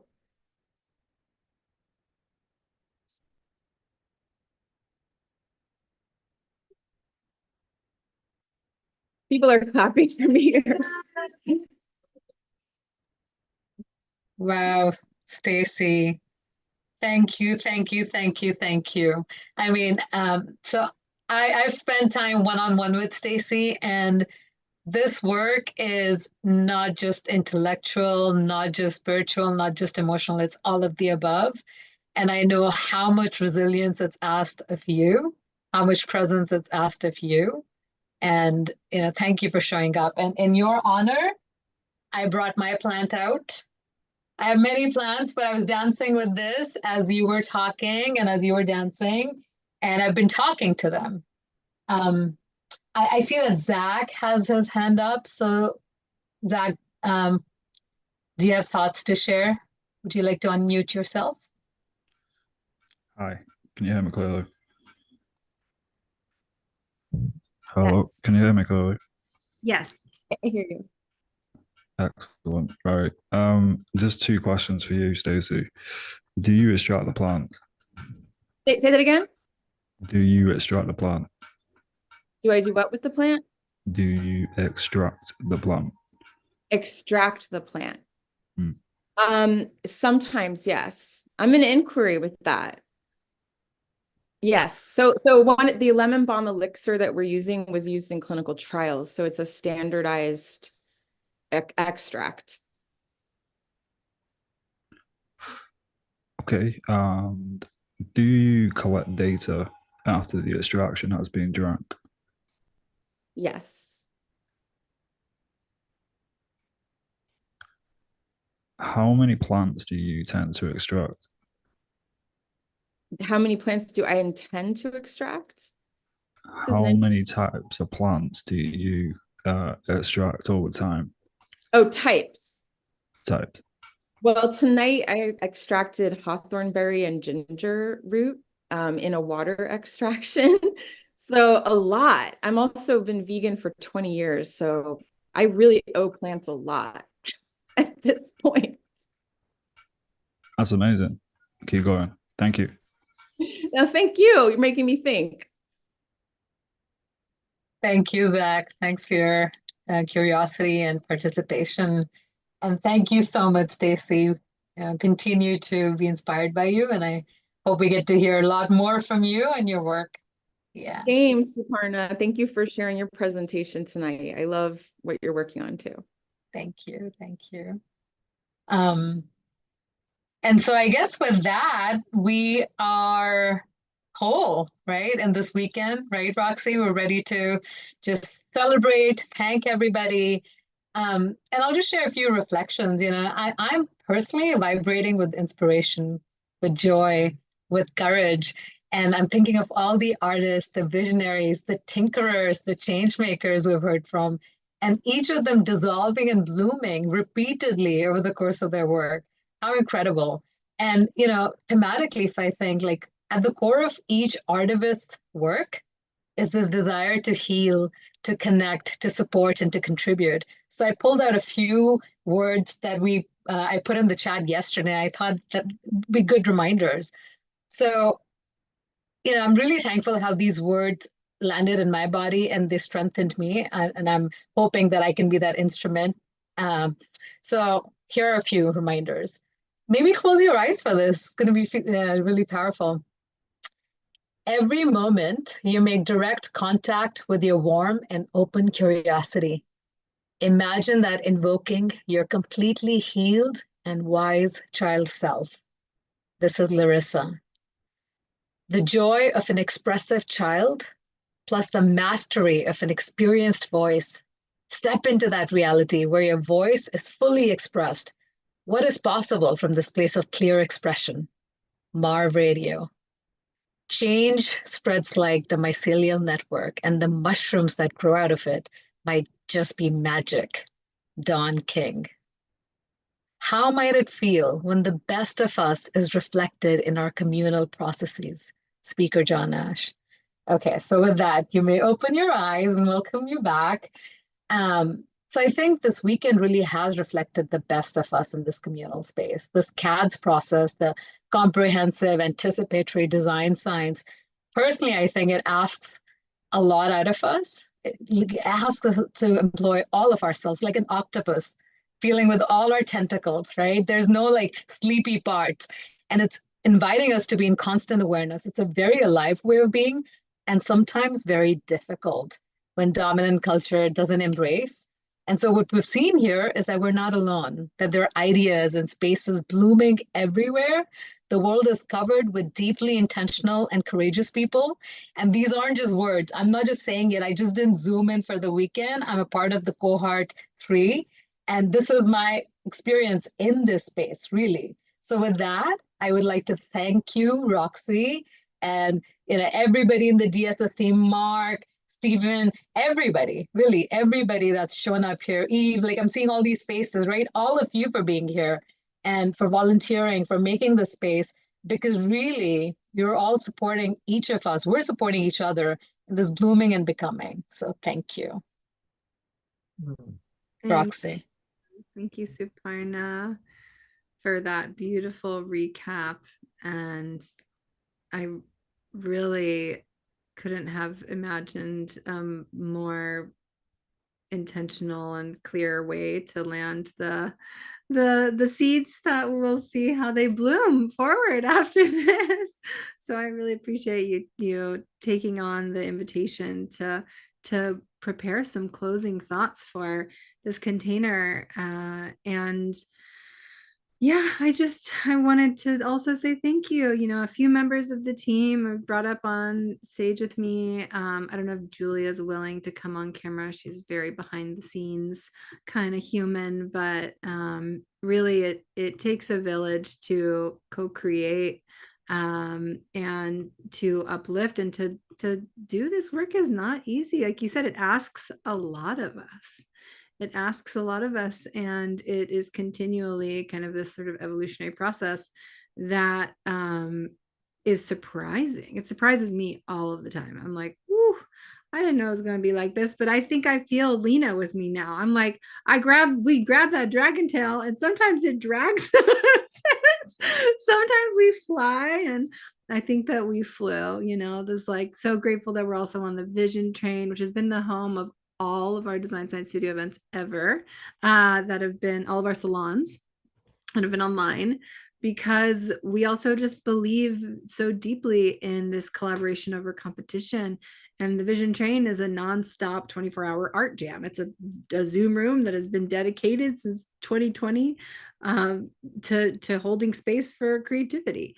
And I know Amanda is like still on here, even though she's probably traveling or something. But, I think that it's just a testament to be kind of at this closing point. And, I prepared just a little like, I wanted to just acknowledge we did it. We just did this 2-day, 10-hour, although we went over a little bit, probably 11 and a half hours in total, online, multidisciplinary, interdisciplinary, transdisciplinary, antidisciplinary, whatever, co-created Salon. And we did it. We watched, we showcased, we witnessed, we lived, we danced, we laughed, we cried through so many different parts. And I think part of what gives me hope, and that I've heard has given so many other people hope and place and belonging over the years in the studio, is that we're not doing it alone.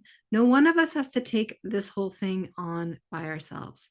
And I also want to celebrate that we did it. We launched our bioregional events. We have 4 bioregional events. Clara did one in Portugal. Alicia Sacred Heart did one in Mexico City. And right now one is happening in Brooklyn. Shout out to Brooklyn. And then we're going to have one tonight to kind of land the ship. Here, I'll bring Brooklyn up on stage. We can add Brooklyn to our their little screening of us seeing them. Very meta. But there's also all of this other support that comes in. Oops, this is the wrong one. This one. Yeah. We are held by a bunch of really awesome partners and different people around the world. We have Gray Area and Hype Ritual, which is has been stewarding this since the beginning, with the Buckminster Fuller Institute, which somehow didn't make it on this screen, but they're down here. Let's find them. There we are. Yeah, love you, Buckminster Fuller Institute. They're at the base, the core. And the Vision Train and Amplifier Art, which how cool was it to have Cleo from Amplifier Art, and in Rhythm, Lembus and Deep Culture and Catalyst Network, who's not on here, but everything was built on Catalyst. And Vincent is like, he's just the sweetest angel. We need to get him. He's definitely on the ticketing page, at the bottom of the ticketing page. And Future of Cities. And some of these partners, all they did was just share. They shared with their communities, and they're like, pushing out our pulse. But the feeling that I get from so many folks who are willing to be like, yeah, I believe in what y'all are doing, is just like that they care and that this matters to them. And this is a thing, the salons, these events that we create are, I think I said this at the beginning of the weekend, but in many ways, this is, and I also remember Larissa saying this word as well. They're like a prayer. They're like a devotive prayer to the world that we believe that it can be. And it's an experience. It's like a little sliver of an experience that tells us like, it's happening, we're doing it, like it's alive. And it's our contribution to a culture that works for all. And I think it helps us to like keep going. And this is just a list of all of the different people that Eve, who is our volunteer coordinator, collected. And we might have forgotten someone, but just wanted to acknowledge the creative production team that came together to co-create this event. And I'm going to go off the cuff because I can, and I'm going to show y'all the back end of our entire operation, which is Airtable. Love you, Airtable. But just to show you all of the there are 54 different people who were a part of this as presenters, as artists, as performers. And it's amazing, like just how many folks were involved and care and are willing to bring their visions forward into the world. And so I just, so much gratitude, infinite thank yous. We got this, y'all. And thank you for everyone who came live, either are here now or came through the weekend. And for anyone who's tuned in online, just your presence is a gift. And it also encourages us to keep on going. So that's my little thank yous. Really grateful to all of you. And let's keep this train chugging along. And I wanted to hand it over to Eve for a minute as well, because she got to help empower so many folks who wanted to join in and help out. Yeah, we had an amazing team of cohort members as well as some past members step forward, and it was really cool. We had Jeet in India like 2 nights ago being like, I can help on Canva. So it was really cool seeing how this is a worldwide project that is being, I think at that time I said, we're on a world. And it was like that realization, like this project really puts it into perspective that we are all together on one world creating this amazing project. And I'm so thankful to all of the volunteers who stepped forward, and just thank you. Thank you. Thank you, Eve. Back to my off the cuff, I also want to acknowledge there were a bunch of Vision Train artists who were a part of this. And I realized that they like somehow didn't make it into the full site ahead of time, but we've been mentioning them along the way. And just just to do a little shout out, I can share some photos of them real quick, because these are, and we had other ones, right? We had Zach pop in, who's been with us the whole weekend. But here's the Vision Train artists who signed up and have been present with us over the weekend. Miss Velvet Cream, Leonard Chapman, Nico Letola, Sudie Bell, Lauren Blair Churchill, and Eileen Rosie Rose. So thanks to all the artists who were creating with us live. Can't wait to see. Some of y'all have been sharing in our social media. We've been like reposting. So with that, I say we are complete. Mark, Stephen, any final thoughts you want to add in as stewards of the Design Science Studio and a long time since the very beginning, members of this community? Stephen, jump in. Well, just so grateful to be riding this wave and riding this peace train. Yeah, it's just that vision of light just feels like it's been embodied in this weekend, and so grateful to be a part of it. Feeling like what people were talking about in so many different ways about this desire for collaboration, and here we are doing it. It just, yeah, feels real. Yeah, it feels like the beacon is getting brighter in the beaming. Yeah. And just gonna keep on going. And thank you both for being such a big part of this community for so long, and for riding that wave of transformation along with us. If you all haven't gotten a chance, or if you joined late, or if you were too busy working on making sure this thing was functional, I want to just encourage everyone to check out the page, check out the website page that has everything on it. It's all updated. I'll share that one more time before we close, because there's a lot to explore. And as I mentioned, Vincent, I just can't say enough good things about Vincent. He really, you might have, if you were here the other day when we were talking about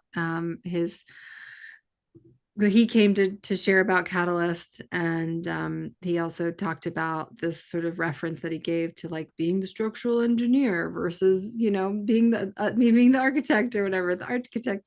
But he really has taken the time over the years to really understand and ask kind of, how do we want these experiences to work? And then has built this amazing platform of Catalyst to actually be able to like house and orient folks. And it's really been so special. I'm trying to find the link real quick that has all of the one pager. Actually, Suparna, I know you've been looking at it recently, so maybe you can drop it in the chat. Oh, I found it. And there's the whole page, which gives you an opportunity to explore all the artists. But I will say that I've been checking the email, I've been checking my threads. This is the first time we've had an event where someone who's got a ticket, or even, has not been like, what's happening? I don't know how to navigate the event page, because it's working. So yeah, here we are. Look, we're even on time. Closing remarks and gratitude. Bam. Dissolve and Bloom in Brooklyn still happening. And then the last thing that's happening in person is over at my house. So if you happen to be in the neighborhood, you want to come collage your visions of the future, you can do that. So look at this. I just want to like take it in. So much care and time and vision and presence, and Hey, Roxy. it's amazing. Roxy? Yeah. No, there's somebody here also who's been with us since the beginning that would like to share. Can we bring Stroopy on up? I would love that. I was actually thinking about Stroopy. I was like, why do we have Stroopy's art in the space? Stroopy, hi. Hi. Hey there. It's good to see you all. And it's been beautiful to be around and pop in and out and see what came up from the community and everyone, and so many inspiring stories and people. And I was most of the time sitting over here with a little weaving loom made from straws, weaving some space-time. And during the session yesterday, I grew this piece. I don't know, with the light, it's not ideal for this, but anyways, you can see the stars. This is a Kagome weave, and I don't know if anyone actually saw that last year with the Regenera Rising, because I couldn't be there for the whole time. I had made a small little video about why the town place of Regenera was a hex rather than a town square, and I spoke about this very weave, and I kind of liked the synchronicities of this, because grew this one yesterday and I grew that one today. And what I just finished as the last presentation came to its end was the connection between the two, where the two layers are put on top of one another, and a third is basically sewn through. But the sewing itself, the stitching, becomes a third layer of the same weave. So while I needed the loom for the first two layers to give them, or to be more easily able to shape them, to allow them to come into shape, the third layer was allowed to manifest between those two. It didn't need a loom anymore. And I think it's kind of I don't know if it is a metaphor, maybe it's a matter for this matter, because I do see that as we're all continuously weaving, we're growing the very mycelium, the very soil that our thoughts and prayers manifest in and grow from. And may this become a very fruity, no, that's not the word, a fertile soil for this forest. So as one incredible ingredient to synergy is that the more we grow, the more room there is for other life to take place within. The more we grow these structures of life between and around and within us, the more niches we create for other forms of life to take place and take root and take hold and take flower and bloom, And the last little sprinkle of synergetic magic in that is that no one of us can tell beforehand what this whole is going to turn into. We can know it's whole, so there's a whole lot more that comes from its own being than what we, each and every one of us, bring in to play. The play itself gives birth to qualities no one could foresee. And that's really a prayer of mine, because I am tired and sad about the state of the world, and I wish I could indeed reach a few more and share with them the stories that come about, and the stories of the spheres, the stories of how we are indeed connected. Our lines of connection do not go to divide, but they grow to connect. And I know that we could be living in a very wildly different world. We would not ever have had to live in the one that we have been born into. But maybe we can all, do each our little bit of magic to make this world whole again, to heal it and to have it be a place where no one knows the wonder that is going to come tomorrow, because even the wonder of today is going to take our minds away, and just allow life to be, just as we let one another be. And yeah, maybe that's enough of the thinking out loud. Yeah, we probably stupid. Feel whole with you when born. No, that's for sure. Thank you for always modeling the connections and the integrity and the tensegrity and the synergy and the patterns in nature. It feels like a good time to kind of close with what's been our opening line as we've been telling the story of Dissolve and Bloom. Which is definitely an experience of art that changes history. I think we're moving, we're living that. So I will close with this. Have you heard? Everything is changing and there's no turning back. As we dive deep, the idea of separation from nature evaporates. Nothing is destroyed, just transformed. Allow yourself to dissolve and bloom like the mycelial interconnected network sporing out of the process of permanent transformation. The metamorphosis has commenced, and as our friend Bucky said well, there is nothing in the caterpillar that tells you that it's going to be a butterfly.